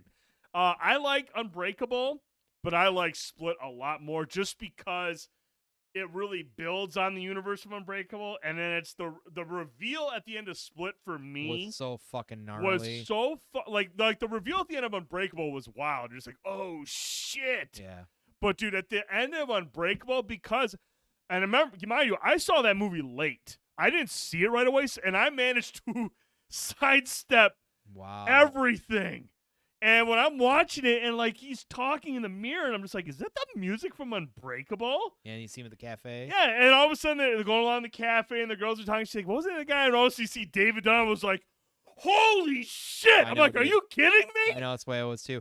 Wild Which ending. is part of the reason why it's so extra disappointing that Glass was so shitty. Dude, Glass is one of my most least favorite because it was bad. It was bad. Yeah. It was a terribly bad movie. So I go Sixth Sense, Splits, I thought Signs was fucking Signs incredible. is still creepy as fuck. It's to me. creepy as fuck, and again, it's the ending where you're just like, wow, dude, like that was wild. Unbreakable at 4. I'm gonna go with The Visit just above Knock at the Cabin, just because the reveal at Visit, because The Visit came out after he had several duds. Like, he was struggling to come out with a hit. And The Visit was very low budget, or not low budget, but low market. It was, I almost want to think it was like direct to video. Like, it was very low key M. Night. But when the reveal hits, like towards the end, you're just like, oh shit, are you fucking kidding me? That's creepy. And I was just like, he's back. That's why I was like, he's back. That's awesome. That's awesome. So the Visit had that classic, it's almost like kind of like a dark comedy throughout most of it. It's creepy, but then the ending, when the reveal happens, you're just like, oh my God, that's fucked up. Okay. And then, so like, that's why I like The Visit a little bit more. Knock at the Cabin is classic M. Night for 90 minutes, but the ending just doesn't match up with The Visit, Unbreakable, Split, Signs, Sixth Sense, the stuff that really defines his work. Yeah. But it's good. But those are my top 5. Sixth Sense, Split, Signs, Unbreakable, and The Visit. If you haven't seen The Visit, check it out. Like I said, when the ending hits, when the reveal happens, what's going on, you're just like, oh my God, that's fucked up. Let me check it then. So totally dig it. I think it was, but I mean, look, Knock at the Cabin it's a showcase for M. Night, classic M. Night, most of it, and it's a showcase for David Bautista and basically everybody else in the movie. Like, everyone else is really fucking good. All the main characters are really good. Everyone is believable, and everyone conveys the sense of urgency on both sides of the situation. And it's an engaging movie for 90 minutes. But if you're looking for that classic M. Night knockout at the end, you're not going to get it. And that's, and then for some people, that's what you're going for when you see an M. Night movie. You're looking for the knockout. And like you mentioned, if you don't get that, it's a little bit harsher, the criticisms. Yep, I agree. And hey, that's how it works. Kudos to him for setting that standard. But it's hard to reach that standard when, you've done so many movies. So, Tone? Yes. That's it, dude. We went a little bit longer tonight, but we had a lot of great stuff to discuss. We were off for a week, had a community night. Thanks to everybody that tuned in and played Mario Kart on Wednesday night. It was a blast as always, even though I was raging very, very hard that night. If you have not seen the clips anywhere, please holler. Please check out those clips here on Twitch or on Facebook or everywhere else. I wasn't mad, though. I certainly feel like my extended play into Mario Kart World has definitely helped my ability to. I'm telling you that green shell. I told everybody at this point. I didn't even see where you shot 150 yards back. Like, if I can show you the map, there are 2 or 3 jumps before even hitting you, where I was just lining up like it's fucking Maverick and Iceman, and I'm like, "This is Hail Mary." So basically, all I had to do was this, and I would have been all right. Easily. I was just riding a straight line. You were just riding a straight line, and you were riding a straight line in front of me, and like there, I just didn't expect that to like. But I'm like, I gotta try. This is my only hope, and it's like 1 in a million shot. Like, there's no way I'll ever do that again. I'm glad I was on the receiving end of it. And I hit you with that green shell, and you stopped, and I zoomed past, and I'm like, no way, and like, because you couldn't hear us in the Discord, and I had Moss, I had Mike, I had Crash, I had Trick. And we just I went into a fucking uproar, and they were like, and then Jay Hill, you see the chat, he's like, well, that was a fucking green shell. That was a green shell. I was like, thanks for pointing that out, Jay Hill. And everybody went fucking AWOL, and it was quite, and I was just like, somebody please clip that. I was laughing so hard, I was hyperventilating, and then your reactions, and then, of course, the second clip with the red shells while you're running in 2 again, and I take first place. Anyways. Yeah, good stuff. Mario Karts are great. I love it. Housekeeping, Tone. Housekeeping. So, as always, we appreciate you guys for taking the time to stop here, on Wednesday nights, whether we're playing community games or doing this. I know it's a lot. I know everybody's busy these days, especially it's wintertime. We've all got the seasonal depressions. I'm still dealing with that as well, too. I'm tired. I'm ready for some sunshine, something. But, make sure, as always, to, follow up with us, because soon we got the Midland Mall Comic-Con. We'd love to have you. If you can't make it here live, watch the stream that weekend on the 4th and the 5th. We'll be live streaming to Twitch here, that entire event, so that'll be really exciting as well, too. As always, we can't thank you enough for also sharing, liking, retweeting, whatever it might be out there on any of the platforms when we get to the other streaming services as well, too. Thank you so much for that. If you know somebody that might enjoy our content that you will also enjoy with their cousin, friend, whoever that might be, share it with them, please. We appreciate that as well, too. So, we can't thank you enough for your support constantly. We know it's, a lot to ask for people to come in here every week and hang out with us, whether it's 9 o'clock on a Wednesday for the show or for even a Friday night gaming night and do some drinks. So, but we seriously can't thank you enough. So, that's it. That's it. I think that's it. So Friday night, I'm gonna try to stream. We got a busy weekend going on. I'm gonna try to stream on Friday night. Not sure what I would stream if I do. But if you're in the Discord and you feel like playing something, whether it's Ghostbusters, Call of Duty, Fall Guys, Predator, I don't give a shit. Let me know in the Discord. Get in the Discord. If you're feeling like playing something on Friday night, I'm down to play something on Friday night. If we're not playing something on Friday night, I'm probably just going to hang out, watch some shows. I got to get caught up on Vox Machina because you won't shut the fuck up about it. The last 3 episodes. In the Discord. But no, Friday night, we'll try to stream something. If not, we will be back next Wednesday night, 9 p.m. Eastern. Mm-hmm. Not sure what the fuck we're going to talk about. What comes out this week? Got any movies? We'll figure it out. We'll figure it out. Trust us. But for Fanboytone, I'm the Dude79. Thank you so much for tuning in tonight and hanging out with us. Thank you for listening on iPods, iTunes, and Spotify, or wherever you listen to the Banter Babble podcast. We appreciate your support. Have a great weekend. Good night, everybody.